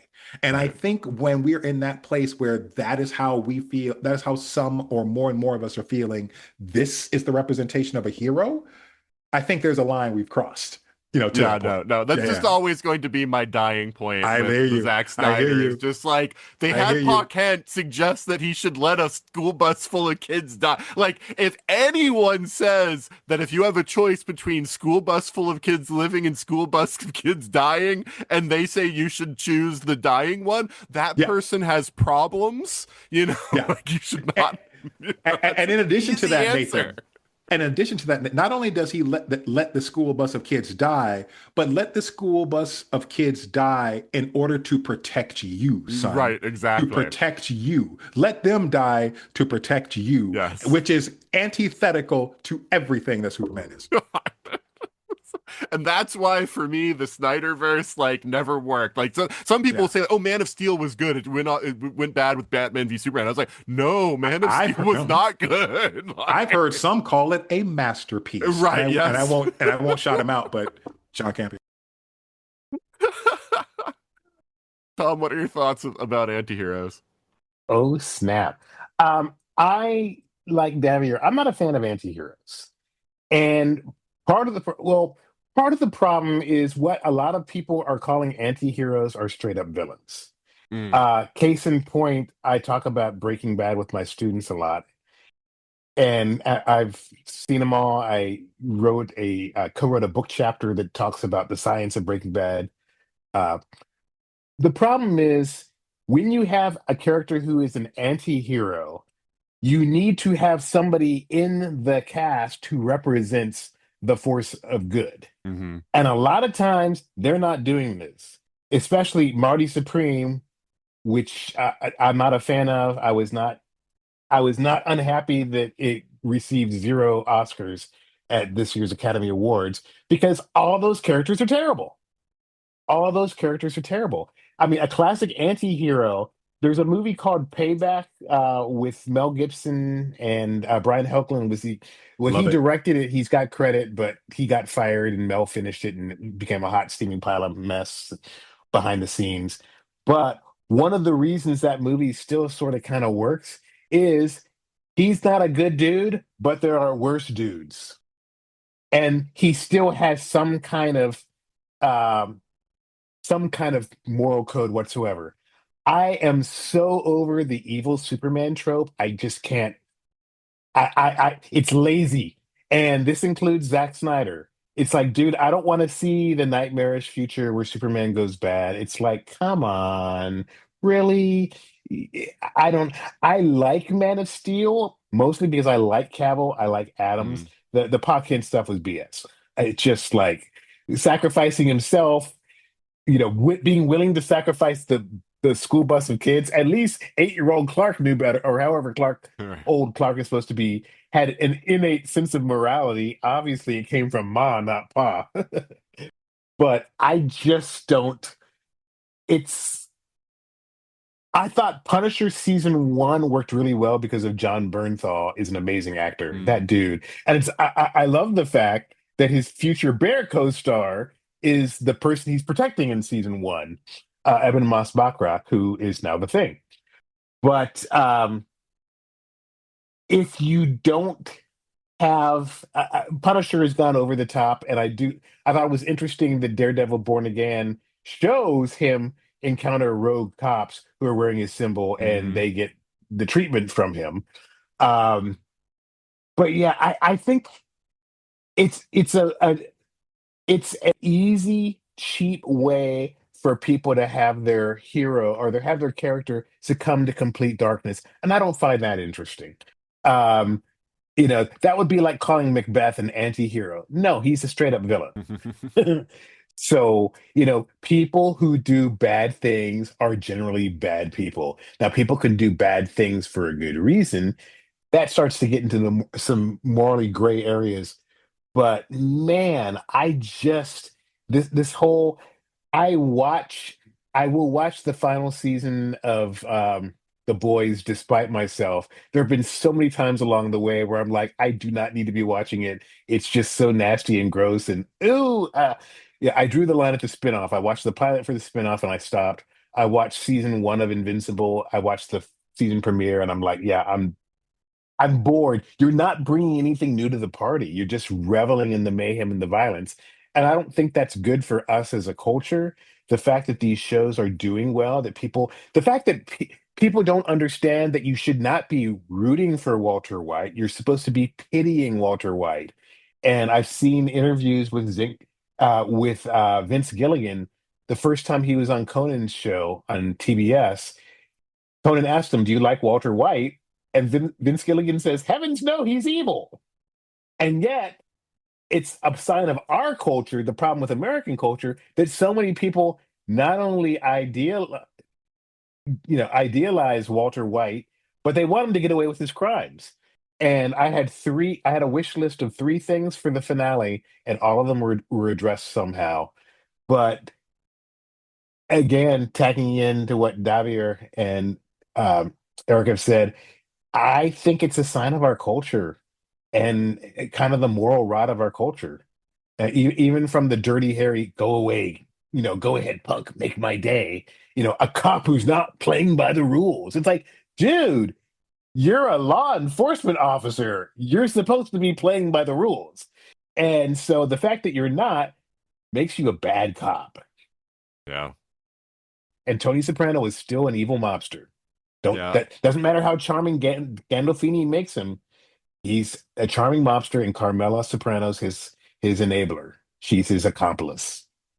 Yeah, I think I strongly disagree with you about Invincible, because Invincible is about the fact that it's not okay what Omni-Man did, and and that's a whole different Yeah, thing. but they're just I'm not a big fan of already cartoons or Mm. TVMA cartoons. I That's fair. just think that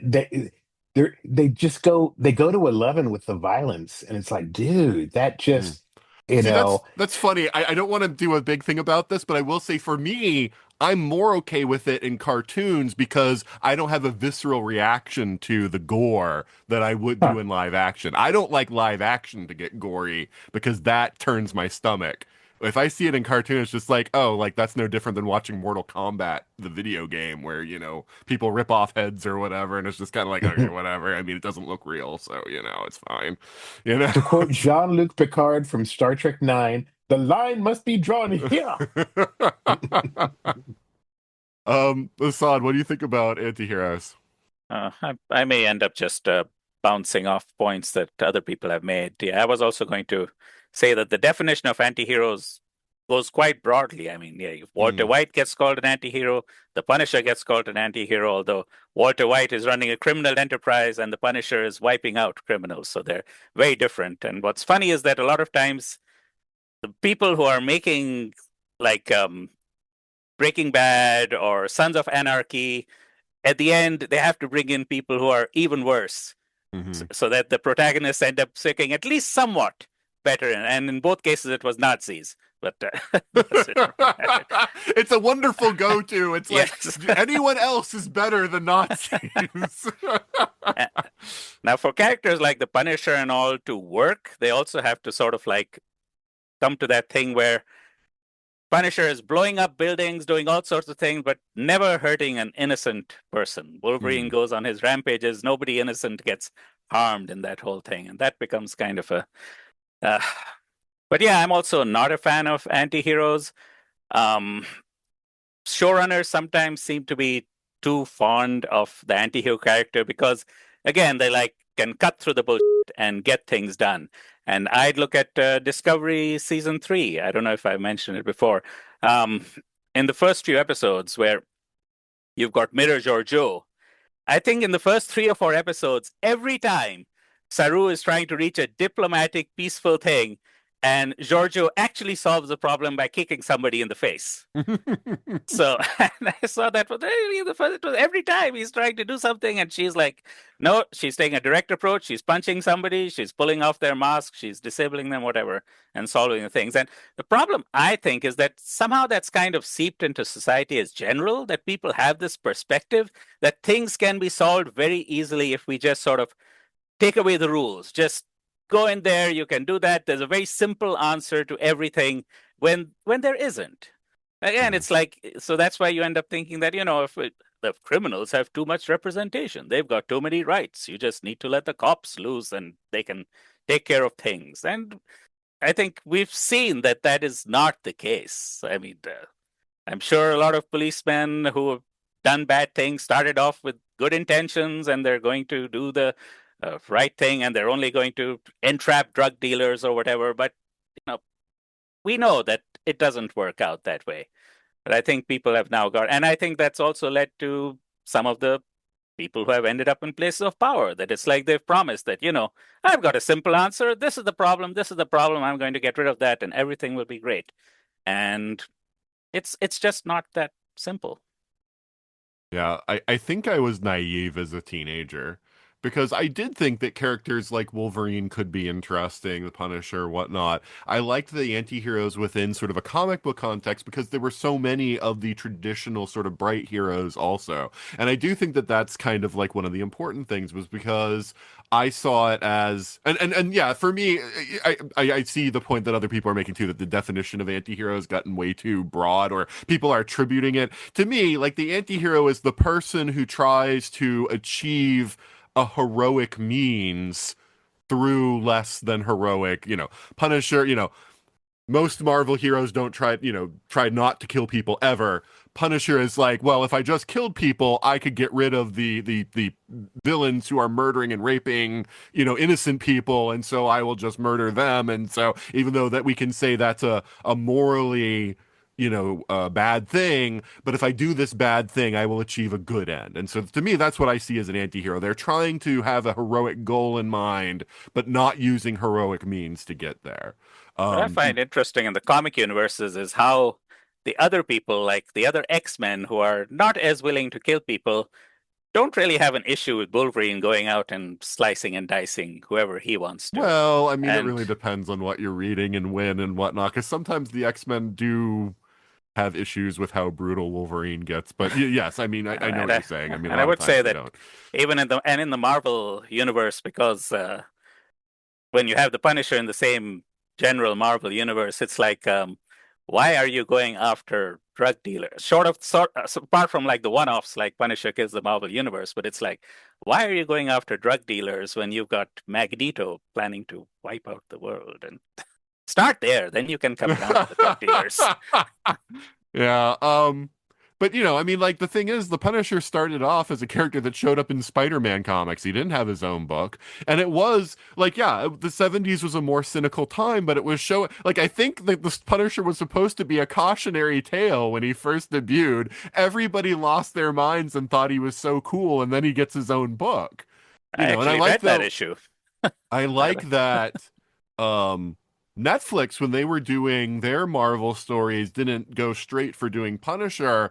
They had him show up with Daredevil, because even though they didn't have the rights to Spider-Man, I feel like you have the sort of same dichotomy too, though, where, Frank sees Matt as naive, and Matt is horrified by the lengths that Frank will go to achieve his goals. And I think that's important to have a conversation. So I like having anti-heroes, but I like having anti-heroes as a counterpoint.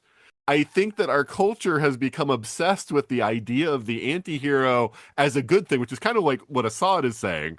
Of saying like, oh yeah, like, right, we should just not have any rules. And if we didn't have any rules, let's just go in and kill the bad guys. And it's like, okay, well, how do you know that the person is a bad guy before you kill them? Like, are you 100% sure? I mean, that is the reason why there is a legal system, right? So that people have a trial. And, there's a difference between a superhero going in, capturing somebody and taking them to the police where they'll be held until a trial, and, just murdering somebody because you believe that they're, a bad person. That's where I think that the dichotomy is here, and I feel like we've lost a sort of sense of perspective here, but yeah, I mean, it's like, it's not that I feel that I can only see the sunshine and rainbows. And I know for some people, they just don't like seeing the violence, right? Like, the violence is itself turning something that turns them off. They don't want to see anti-heroes. But I do feel like, as a society, we're kind of losing our perspective in the fact that they are anti-heroes. This is not a person we should aspire to be. And I'm glad that Eric brings up those comics, that are after I stopped reading, but that at least some writers do appreciate the fact. And in fact, it was in Daredevil Born Again also, where Frank is like, I'm broken and messed up. Like, I know that. Like, nobody should want to be me. That is not a thing to aspire to. And I was like, thank you for saying that out loud, because I think some people don't get that nobody should want to be the Punisher. The man was steeped in trauma and is not handling it healthily, right? Like, that's not I think that's a great point. I think that is, and I think it speaks to again to what Tom was saying. It's like I think that is a great point. That it is so clear that these should not be characters to be idolized. It is so clear that, like, how if we're looking at this honestly, how do you look at Frank Castle and go, that's the guy I want to be?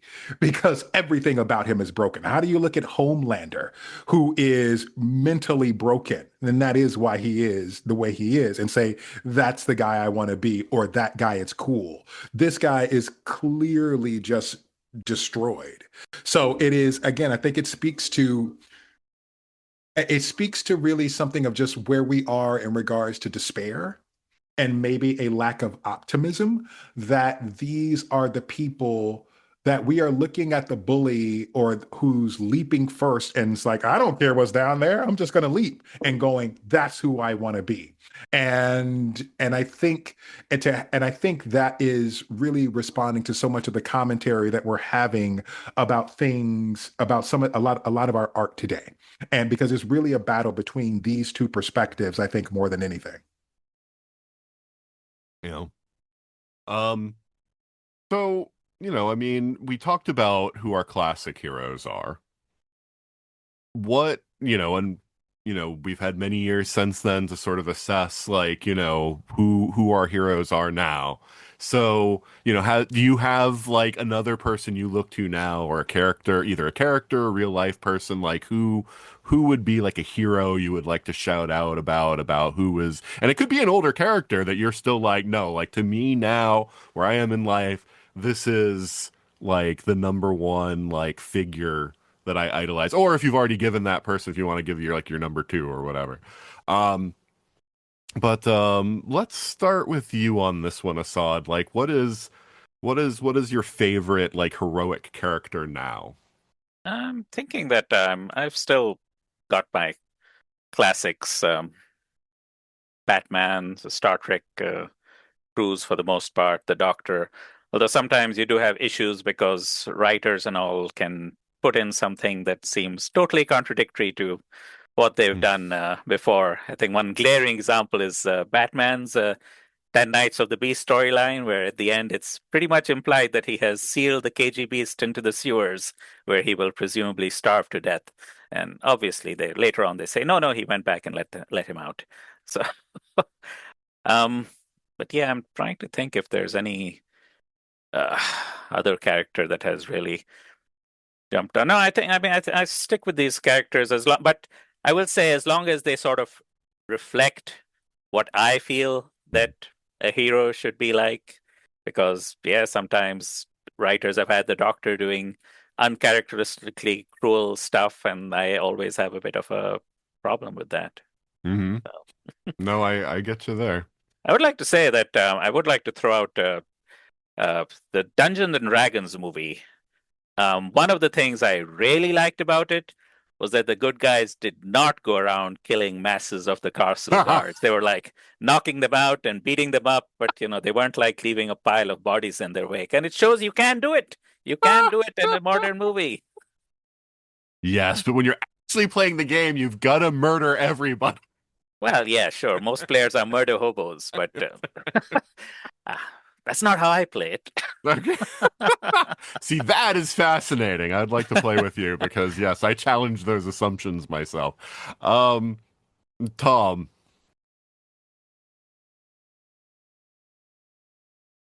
In terms of classic sense, a lot of my childhood heroes are still, Robin became Nightwing. I'm still a Luke Skywalker fan. Um, Still a Superman fan. Green Lantern, obviously, for being DC's first black superhero. Um, Real life heroes. I'm going to name a category of people. NICU nurses. My goddaughter, who is now a teenager, it blows my mind that she's 15, but she was born 3 months prematurely.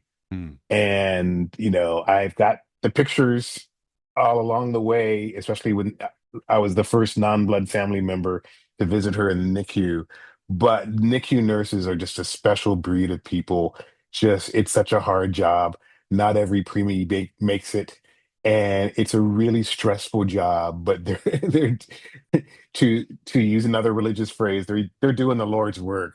Because man, I just can't imagine, and just healthcare workers in general. So Mm. I think the pit has really put a spotlight on some of the things that doctors and nurses and other people who work in hospitals go through on a daily basis with the realism. Um, yeah, it's it's sad that in the real world we seem to have a dearth of heroes, Mm. and in terms of political figures, we have actors who play heroes on film, and then we find out their real lives are a hot mess. But I just think one thing that Mr. Rogers said, bringing up what Eric brought up, touching base with what Eric said earlier this conversation. Mr. Rogers said after 9/11, look for the helpers. And Mm. that's so important.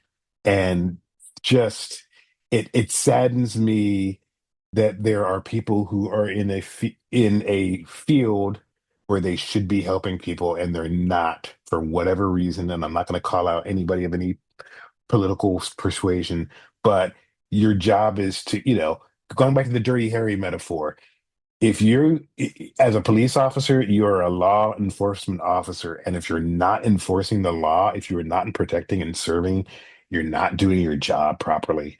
And the fact that that is seeped over into the real world is grievous. Mm.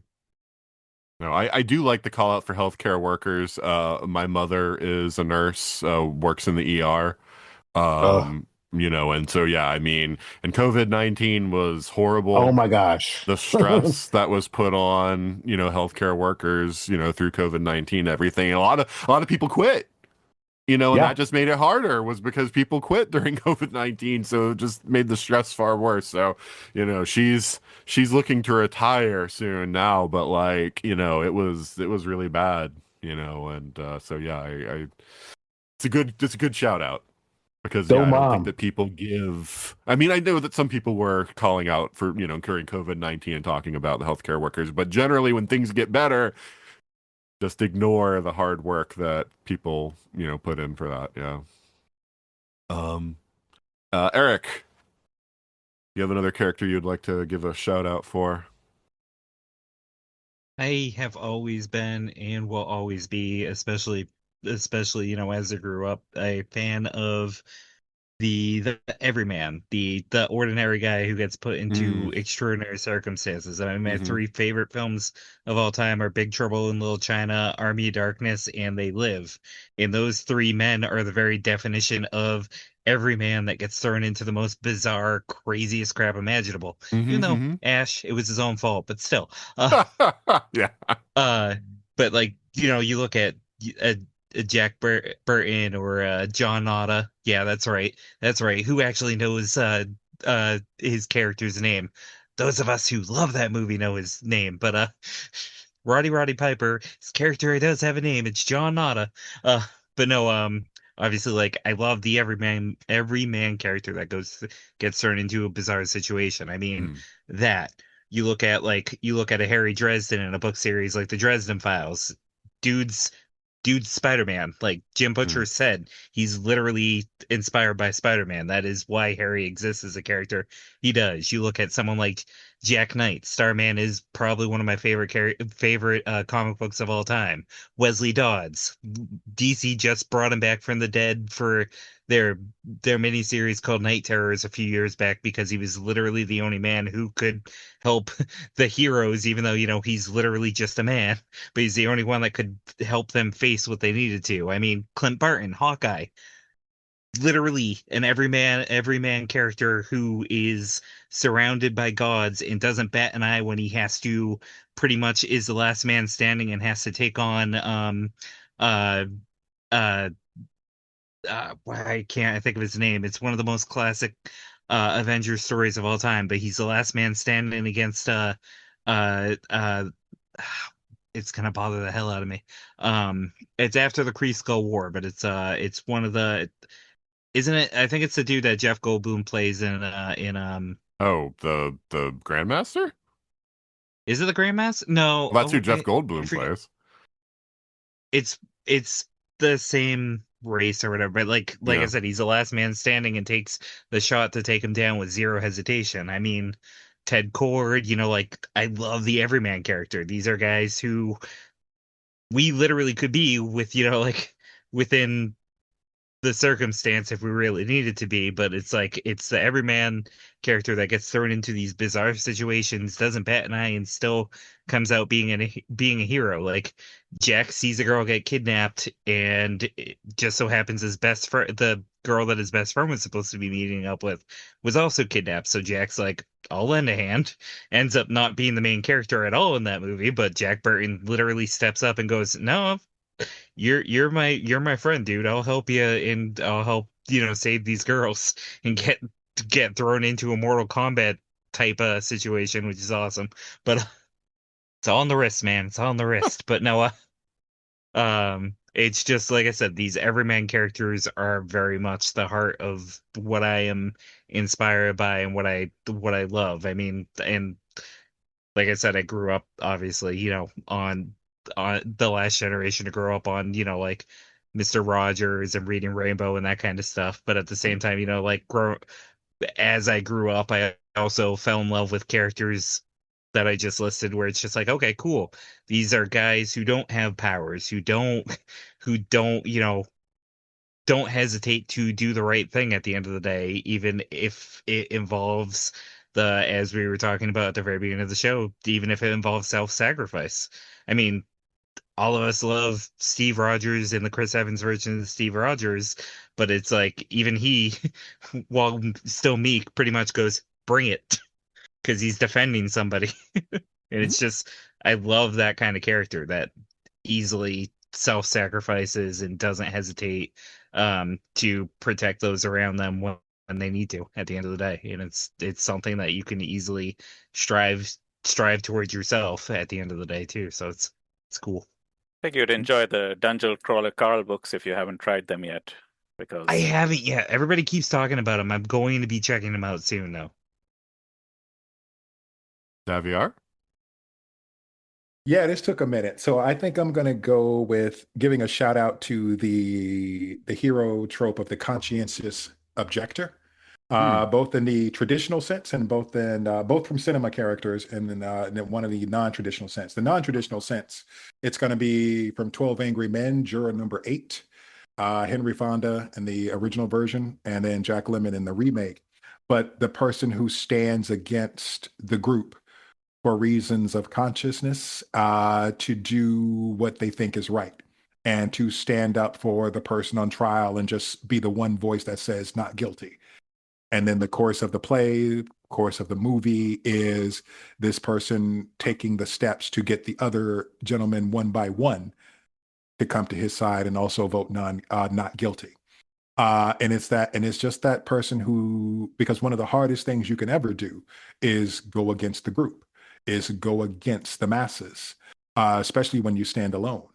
So that's one example. And then the movie Hacksaw Ridge, where you're looking at the Desmond Doss character, real life person, and I think for the most part, a lot of what was depicted in that story is accurate, and it's just the sense of the conscientious objector who did not want to carry a weapon, but he did not want to take life, but wanted to save life because he was the military medic, and use his service to save his men as they were injured. And I think, and again, despite what that cost him before, the climax of the movie is him, saving the men from Hacksaw Ridge. But what I think the movie does very well is show you all of the struggle that he goes through and being a conscientious objector up until that moment and what that costs him. What that costs him in regards to the trust of his men, the brutality that he receives for being that person, especially to be that in World War II. So I think whenever there is someone who is going to stand against the grain for what they feel is either their moral code or their sense of consciousness, I think that is something that is harder and harder to do in today's age, where it is because of the internet and it's so easy to get thousands of voices compounding on you in a moment. I think to be able to stand on your own, and is speaks to a sense of fortitude and perseverance, that I think is powerful. And I think especially when it is for, again, the benefit and good of others, the salvation of others. I think that is a powerful tool when you're thinking about the concept of the hero. And again, what you sacrifice for others at the risk of yourself. Yeah, I'm glad that you brought that up, Daviar, because that was something that I had thought about and then forgot to bring up when we were talking about core traits of a hero, was the idea of not backing down, right? Like when it's important, right? Like obviously we want heroes that are able to converse with people and have a dialogue, right? And to make sure, but when it's something when the moral choice is clear, they are not going to back down from that. They don't allow themselves to be pressured. So I think that that's a fantastic choice, as far as like, yeah, like somebody who has a very certain moral center and is not going to let people bully them into doing, to going against that. Yeah. And I think that's why, just to button that, I think that's why my favorite Marvel movie, well, second favorite, Infinity War is still number one, but for years it was always The Winter Soldier, Mm, because of those reasons. Again, Captain America standing against all that's telling him, you can't be this way. You can't think this way today. mhm. And for him holding on and saying, if I can't, then he doesn't say this line, but the sense that I get is, if I can't, then I have no reason to exist. Mm. So just that button on that. So yeah. Sure. Yeah, for me, I'm gonna go with it's a subgroup. I mean, it's not gonna resonate, I think, for everyone the same way that it does for me. But I'm gonna preface this with the fact that, while I was never somebody that had an issue with clear, like cut moral characters, I did have an issue. Not an issue sounds too strong. I was not heavily engaged with Superman as a character growing up because my issue wasn't that he had a strong moral code. I did like that, but I felt like when he's both supremely powerful and has a strong moral code, where does the conflict come from? So, so I would much rather have somebody like Steve Rogers, who also has that, strong moral code, but personally does not have a lot of power. And so he struggles in the sense of, he can't just, make things happen physically. He has to work with others. He has to influence through, sound arguments. He has to, like all that. So there's a struggle, more of a struggle for Steve to do the things that he wants to do. But in modern times, um, there has been the Superman and Lois television show that was on the CW, and Tyler Hoechlin is now my favorite version of Superman because Tyler Hoechlin depicted a Superman who was also a father, which was something I had not seen before, despite having seen all the previous Superman films, seeing the previous Superman television shows, seeing the Superman animated show. I've seen, for someone who says that I wasn't really engaged with Superman, I've watched a lot of Superman content throughout my life. That the struggle came between Clark's obligation to his family versus Clark's obligation to the world. This Clark, despite the fact that he doesn't get it told to him in those words, feels strongly that with great power comes great responsibility, right? But at the same time, so he's got a responsibility to the world, right? I've got these powers. I can save people in China. I can save people, I can save people all over, but it's like, but you have kids. You got to raise your kids. You got to give your kids an example also. So how do you juggle the time that you spend at home knowing that you can't be out there saving people versus, doing that work and neglecting your family? And superhero or dads in heroic context, since I've become a father, have suddenly become like very important to me.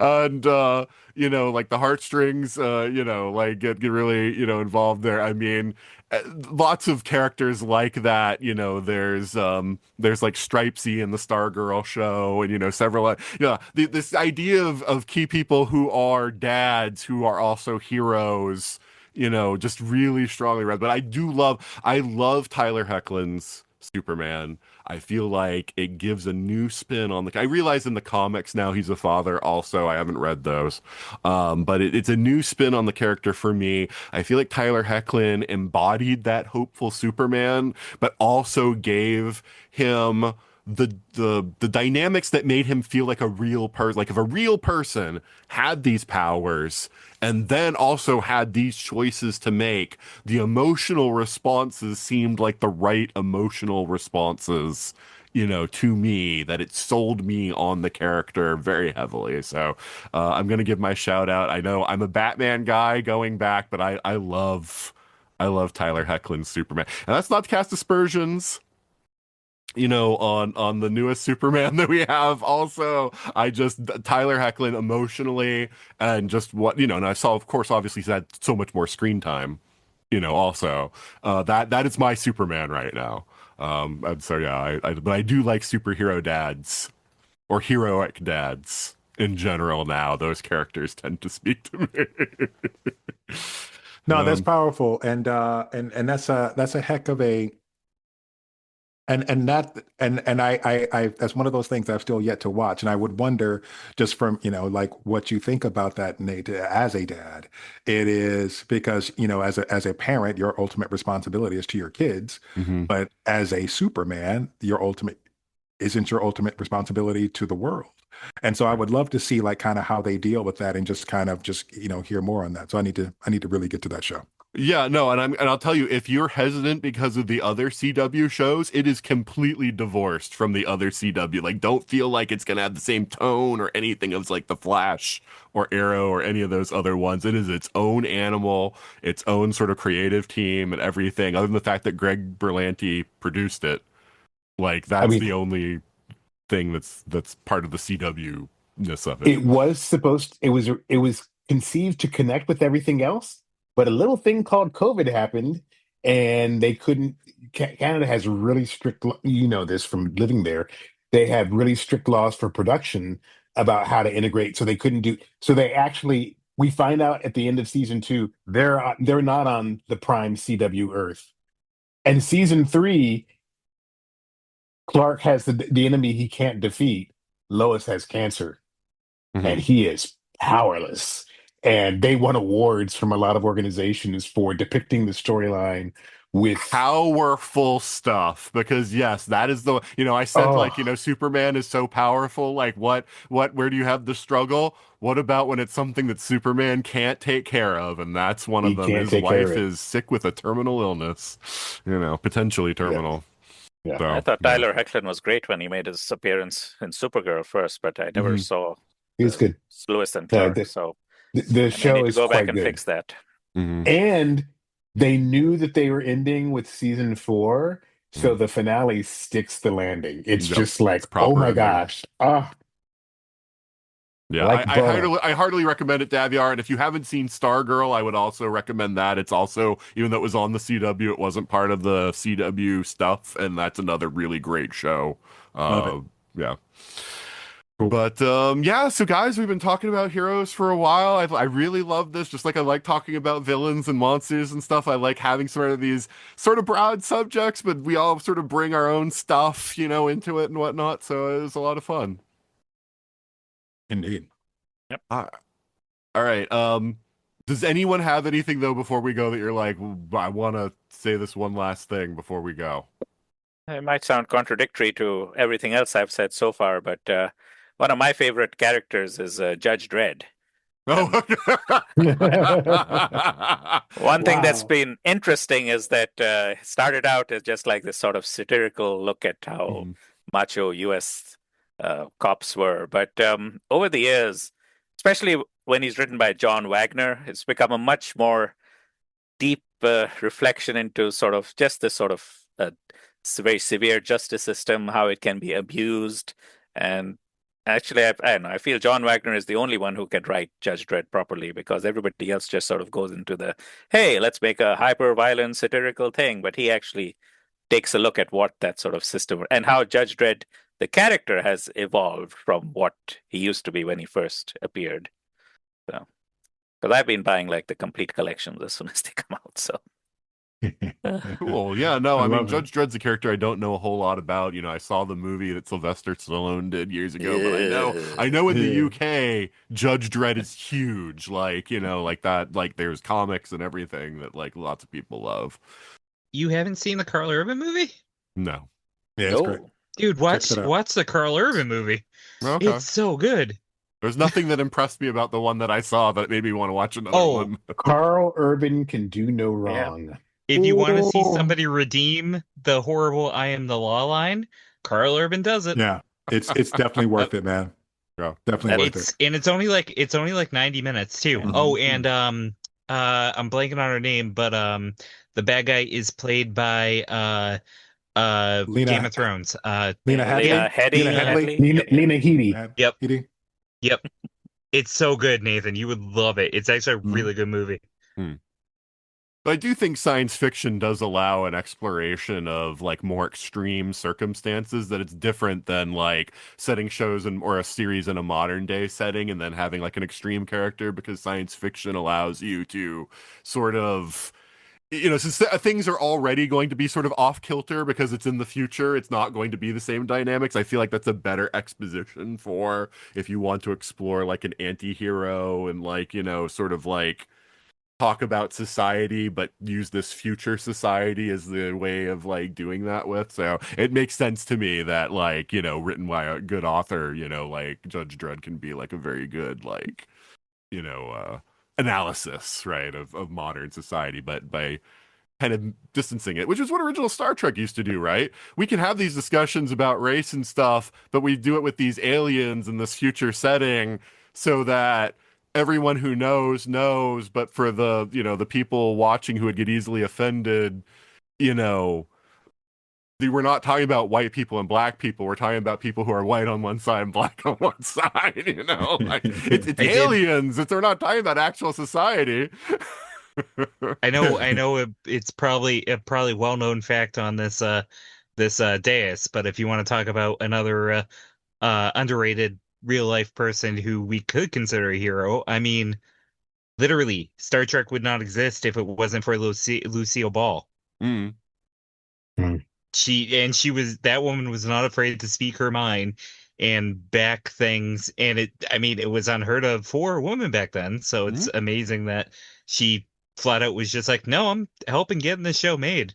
I mean, without her, Gene Roddenberry's like strongest work would not exist and we wouldn't have any of the Star Trek that we love to this day. So that's another like cool little factoid and awesome person. Well, I'm glad that you brought that up because Hero, like we get into this mode of thinking Hero is like a life or death situation kind of person.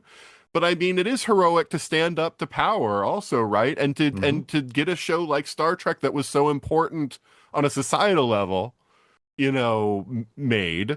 I mean, that is also a heroism, right? Like, I agree. I think that, yeah, Lucille Ball is a hero. That's a really good call because of the fact that of the number of lives that were transformed from watching Star Trek and seeing the vision of the future that Star Trek gave. I think that, is an important thing that she made sure happened. Yeah. Yeah. Okay. All right. Let's say our goodbyes and let people know where they can find us. So, let's start with you, Assad. So you can listen to my stuff on Police Box in a Junkyard, a semi-monthly Doctor Who focused podcast. All right. And Tom? You can find me at Blurred PhD on Facebook, Instagram, Threads, which I still haven't figured out how to use it quite yet. Has anybody? And I host a monthly podcast, Scream Tom and Rye, with two of my former students, the Ryans, as my co-hosts. So you can find that on Apple Podcasts or Spotify Podcasts. All right, Eric? Newcomicday.net. You can find me on Instagram, eRiddler87. I think it's like Enigma in a couple places, 87. Or just Eric Ratcliffe on Twitter, which we would still never call X. And I think that's it, right? I always think so. forget Well, some as of far my- as I know. some of my things. No, I know. That's why I'm like, I always forget about some of my things. That's why I always check with you. I'm like, look at the show notes in my bio, and you can find all the things. That's right. Actually, read the text that comes with the podcast. I have linkable things for every person on here, so you can find out more about them. All right, and Deviar. Shout out to you guys, man. There was some great stuff that you guys shared that got me thinking about a lot of things. AllianceTheater.org here in Atlanta, Georgia. If you're a local here, always come check us out and see the things that we're doing on our stage. All right, Assad, Tom, Eric, and Deviar, thank you so much for joining the show. Thank you. Thanks for having us. Thank you for having me. Thank Peace. you. That's it for our discussion on Heroes. What do you think about the episode? What do you think about the cast? What do you think about the topics that we've been selecting? You can let us know in a whole bunch of different ways. One way is to email us at everything@42cast.com. Another way is to go to our Facebook, 42cast.com, and leave us a message in any of those places. You can also go on X, Instagram, Blue Sky, or Threads at 42cast and contact us there. You can leave us reviews on Apple Podcasts or your podcast platform of choice. With Apple Podcasts, the more reviews we get, the higher we show up in searches. So if you have an Apple account, and if you haven't left us a review yet, we would really appreciate if you would do that. You can help out the show and all the shows on the ESO Network by going to the ESO Network Patreon. You can find that at patreon.com/ESO Network. You can get different perks for different tiers. You can get access to early episodes of some shows, exclusive episodes of some shows, and a whole exclusive ESO Network podcast. So if you have the funds to contribute, and if you would like to do so, we would greatly appreciate it. I have nothing new to report on Time Streams and Legendary Forces, Time Streams being my Doctor Who podcast, Legendary Forces being my Star Wars podcast, but keep watching this space. I might even very soon have an announcement to make about yet another podcast. It's a finite podcast, though. It's only going to be 8 episodes. They've already been recorded except for the 8th episode. So when that releases, it will be a single thing, and the effort required to do it will have already been done. So this should be a project that can reach fruition, but I'll announce more about that as we get closer to the release. In Watch News, the only new thing that Beth and I are watching right now is Citadel Season 2. We really liked Season 1 of Citadel. We really liked the 2 spin-offs, Citadel Diana and Citadel Honey Bunny. Just 1 episode into Season 2, it feels a little rocky to me. It doesn't feel like I'm watching quite the same show, and I really can't stand the new main character that they've introduced. It feels like it was a character that was written for Chris Pratt, and they couldn't get Chris Pratt, so they found, like, the bargain basement version of Chris Pratt, and he's kind of annoying, so we'll just have to see how the rest of the season goes. But I was not impressed with that first episode of Season 2, which is sad because I've been really enjoying Citadel up to this point, but hopefully the rest of the season will bring it. Nothing new in con news, only going to Chicago TARDIS this year. Hopefully 2027 will be a better year and I'll be able to go to more cons, but keep watching the space for more info on that. Alright, that's a wrap for this week. Join us back next week when Hamish Linklater will not be joining us. And until then, this is Nathan, signing off.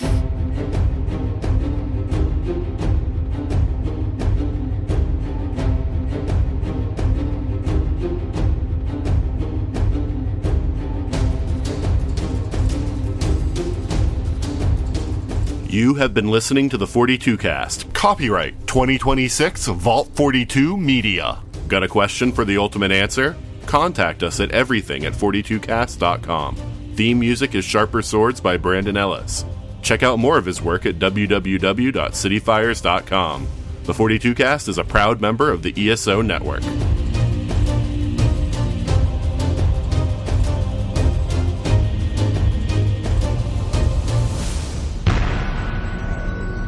This has been a broadcast of the ESO Network. Be part of the crew and help support our shows by donating to our ESO Patreon or by shopping at the TeePublic store, which can all be found at www.esonetwork.com. The ESO Network, your station for all things geek.